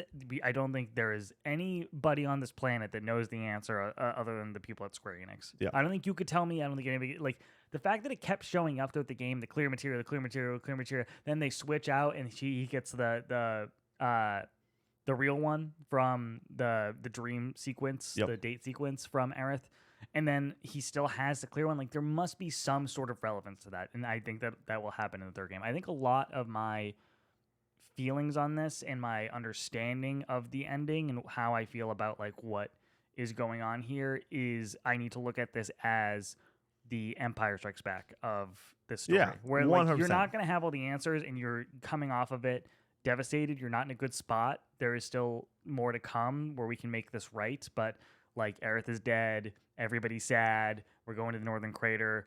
The black materia is weird. The clear materia is there. Like, there's not a lot of answers. We need to talk about Zack briefly too. Zack wakes up in a church in Aerith's church. In what timeline? He's still alive, clearly. And he asked the question, if timelines can be separated, can they be brought back together again? Which is the most important thing when it comes to the processing of this game. Right. Facts. We need to look at facts. That is a line that is said by a main character. There are still multiple timelines in this game. Right. There's not a full convergence point yet. So there is another timeline that split off when Aerith lived. That exists somewhere. There is a timeline where she lives. I agree with that. There's also a timeline where Zack is currently alive. There's our current timeline. So there's all of this. Those are the three that we know about. I completely agree. And I think that are some of those doomed to die due to the sky thing? Yes. The tear in the sky, which indicates that that timeline is fucked? Yes. So, Zack is alive somewhere. He will be a part of the third game in some capacity. Yes. How that all works, what that looks like, we shall see. We can get to big brain theories for 3. So, then we get to the last little bit of this final sequence where Cloud walks down to the tiny Bronco. He's like, don't fucking look up. Yep. Because he now sees in the sky a yellow rift, a tear in the sky that indicates that that universe is doomed or that timeline is doomed and they're fucked.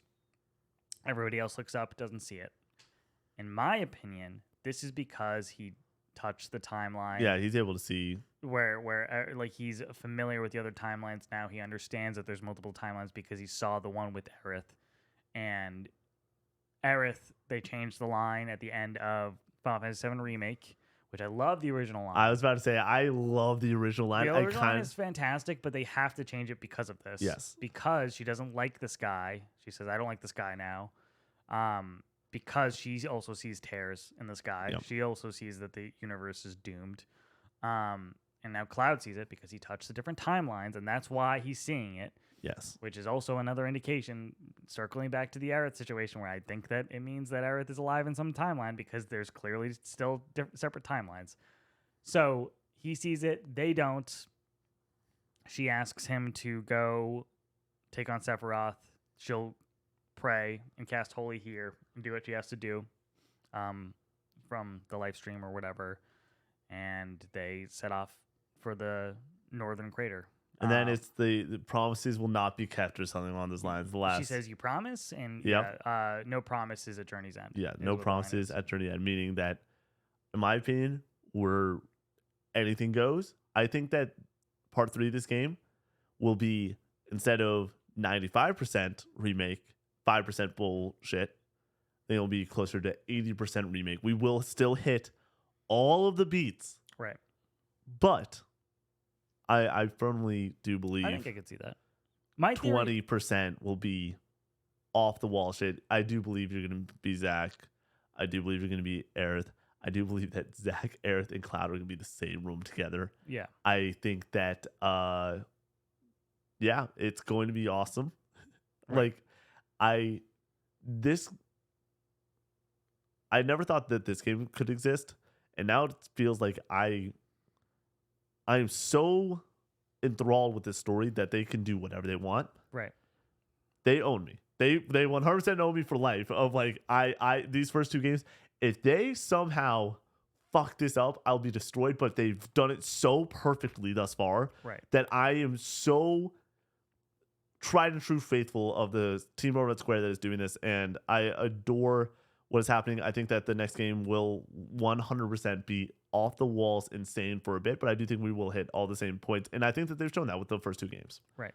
I think that when it comes to the weirdness and the changes of the timeline and all of that, I felt this since finishing Remake, and clearly they were going in a different direction and had some new exciting ideas with it.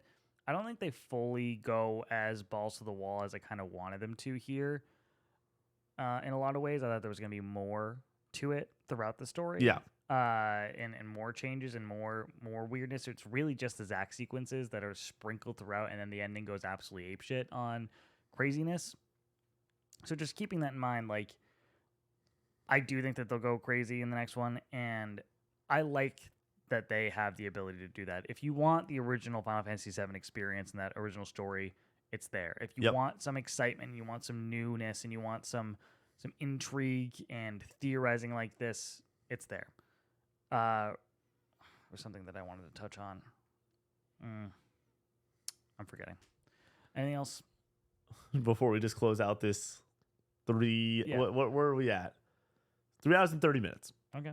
It's not too bad. Yeah, a couple things that just come to mind before we let go of this conversation. I want to talk about my feeling on the Aerith stuff, but yeah. In the structure. Go ahead. I think that actually I would prefer if you would go first, so if you're still on the end of this game. I'm going to talk about this, and then you can do your bit, and then I want to talk about Nomura real fast. Nomura, yes. This and this is something that I want you'll understand what I'm doing at the end of this. This is probably my favorite podcast we're ever going to shoot. Right. Like, this is definitively the thing I want to discuss the most on the entire planet is Final Fantasy VII Rebirth. And we got to do it for 3 hours and 30 minutes. That is immensely, immensely special. I am so thankful to have been given any amount of a fucking platform to do this, and to do it with you is very special. Video games are fucking cool and important, and this game proves that to the umpth degree. And I'm very thankful. I'm very, very thankful to have gotten this experience, because I think without reviewing games and playing games and caring about this medium in the way that I have for the past many years, this wouldn't have been possible. And you guys have made this possible. I never in a billion, we talk about it all the time as the channel started popping off and everything. I never in a million years thought anyone would care what I ever thought about anything in general. Right. I'm not important. I am so fucking unimportant in the grand scheme of things. But for somebody to go and want to know my thoughts on this game, for someone to want to know my theories on this game, for someone to be excited with me and alongside me to have the conversations that we've had with our Discord, to just be part of it, like, in to some regard, and I know it's such a small suspect of aspect of this fandom and who we are, but 130,000 people have heard me discuss multiple times Final Fantasy 7, and I am immensely humbled to be part of this, and I just think that's important and really, really special, and I don't take it for granted for a moment, because I never thought I would be this lucky. So that's my rant on that. I feel good about it. I know you have a lot you want to say left to it, but this is really special. And to do this with you is just awesome. Yeah. And video games are cool. Yeah, dude, the video games are really cool. And this is my favorite game ever. Like I've never, it takes a lot for me to get to a place to be like, I enjoy X more than what I've now loved for a decade. Like it's going to be really hard for me to ever have a new favorite band. And I felt the same way about video games for a long time. I never thought a game would mean more to me than The Last of Us. And this game means way more. This game drove out emotions in me that I never thought were possible. Right. And I'm very thankful for it. It's really cool. All right. Please rant. Well, no, I want to talk about Aerith. Yeah. Yeah. Okay, so Aerith first, and just how they handled her death and how it's affected me after all of this. This is awesome, by the way, because I can't believe that they did this to you. So the way that they set up Remake and the ending of it and the unknown journey will continue, like, everybody and their mother was like, Aerith is going to live. That is what that means. Yeah. That is written out in front of you, that you say that and that things can change, because the big thing that you would want to change in this is Aerith dying. That is what you hope to happen, to not happen. You hope to change. And for them to toy with you here and play with your emotions and still rip it away from you and not give you that moment, and by default, it was going to hit less hard. Yep. Because you already know that it is coming. Yep. And for them to find a way to still have it hit and hit harder in the long run, because in my opinion, the confusion of it all, sure, in that moment, it's like, what the fuck is happening? Is she alive? Is she not alive? Is she alive? Is she not alive? And then you get that overwhelming pit in your stomach after finishing the game, and it's like, she's dead. She is dead. Yeah. And they did it again. And you're not infecting her back. And is she potentially going to come back in the future? Maybe. They still have that hope, that sprinkle of hope in there. But, like, holy shit, like, she's dead. And the fact that I knew that was going to happen, and it still has affected me so deeply since finishing the game. Like, I don't think Laura wants to watch me play the game, because she's like, I can't watch it. Because, like, I'm so upset about Aerith dying that it's just like, holy shit, like they pulled up. It is dangerous. It is a dangerous fucking game to mess with Final Fantasy 7. Like, they did not need to do this. They could have done a 1-for-1 remake. They could have had no intrigue with it. They could have had none of these crazy theories and fun discussions for us to have. And they were like, no, we're gonna mess with this, but we're gonna do it right, and we're gonna do it with care, and we're gonna make it cool as fuck. And for them to have these emotional moments hit in the way that they did, like, and have it pay off the way that it did, it doesn't make any sense. This is Square Enix, these guys who have kind of fucked around for like the last like 2 decades and kind of had their highs and lows and problems and whatever. Like, for them to actually do it and it work, like, is amazing. It's awesome. So, like, a lot of people will say that the Whisper stuff and like all the weirdness is not ideal, and like I get that, but like for me, the Aerith example is like the big example. For me, if you want to play Final Fantasy VII, play Final Fantasy VII. Fucking do it. If you want that story, that is the place to find that story. If you wanted to come in and get a story that is 1-for-1, they did it for 95% for 2 games. Right. Like, they did it. You're welcome for those people that want it. But for the thousands upon thousands of people like myself, like you, that are enjoying these discussions and will be able to enjoy these discussions forever, that's why they're doing it. Because now it's more interesting, and they were able...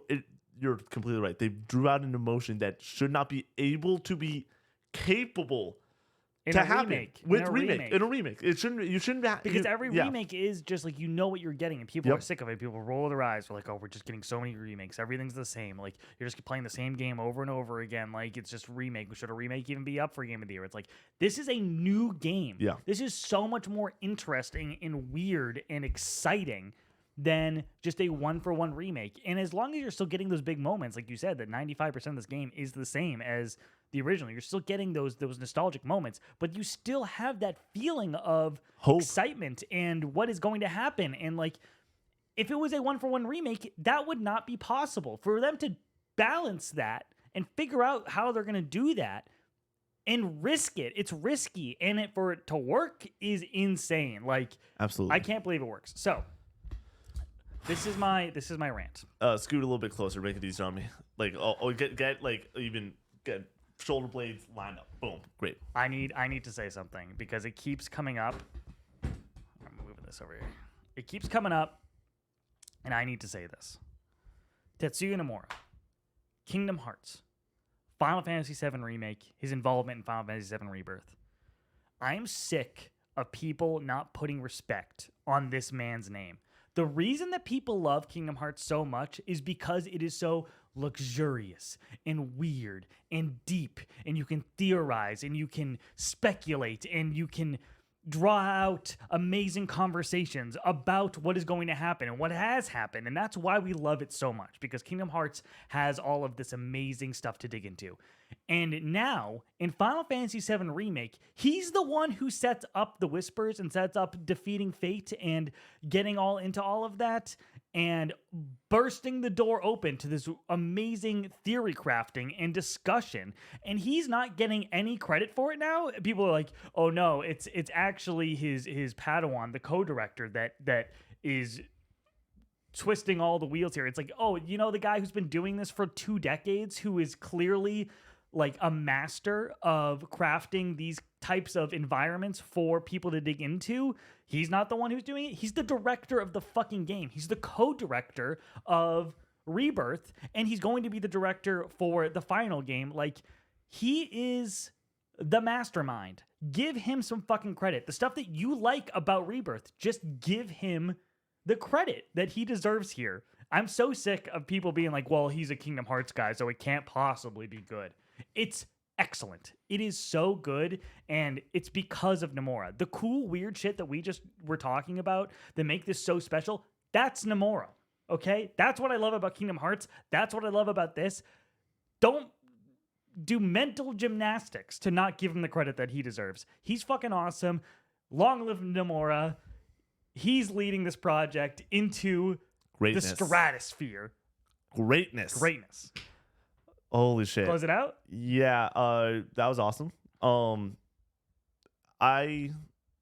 We can close it out there.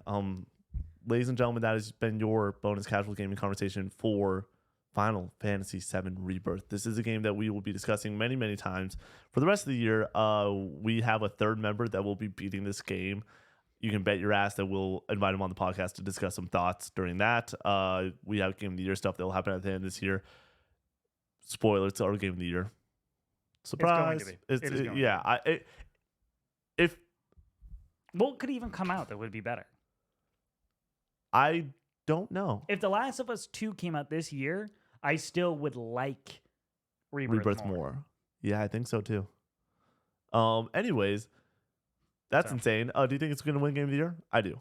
I think so, yeah. I think I'm at the point that this game is critically... As long as Erdtree doesn't end up being up for Game of the Year. I think it will be up for Game of the Year, and I still don't think it will win it. Interesting. I think that... do you think enough people will just not vote for it because it's... Yeah, I think that people would rather give Game of the Year to Rebirth, a new thing, which is so funny because it's part 2 of a remake trilogy. But yeah, to a new thing. But yeah, this is all speculation and excitement. If you like what we do here, go drop a follow, subscribe over on YouTube, Co-op64 YouTube. We post a TikTok every single day, 7 days a week. We also stream 4 days a week, Monday through Thursday, 7 to 10, playing retro games, group games, story games, all the things that you know and love from us. Thank you so much for this amazing opportunity. Connor and I are both humbled and amazed at your support, and we are very excited to talk about this game for many, many years to come. Peace out.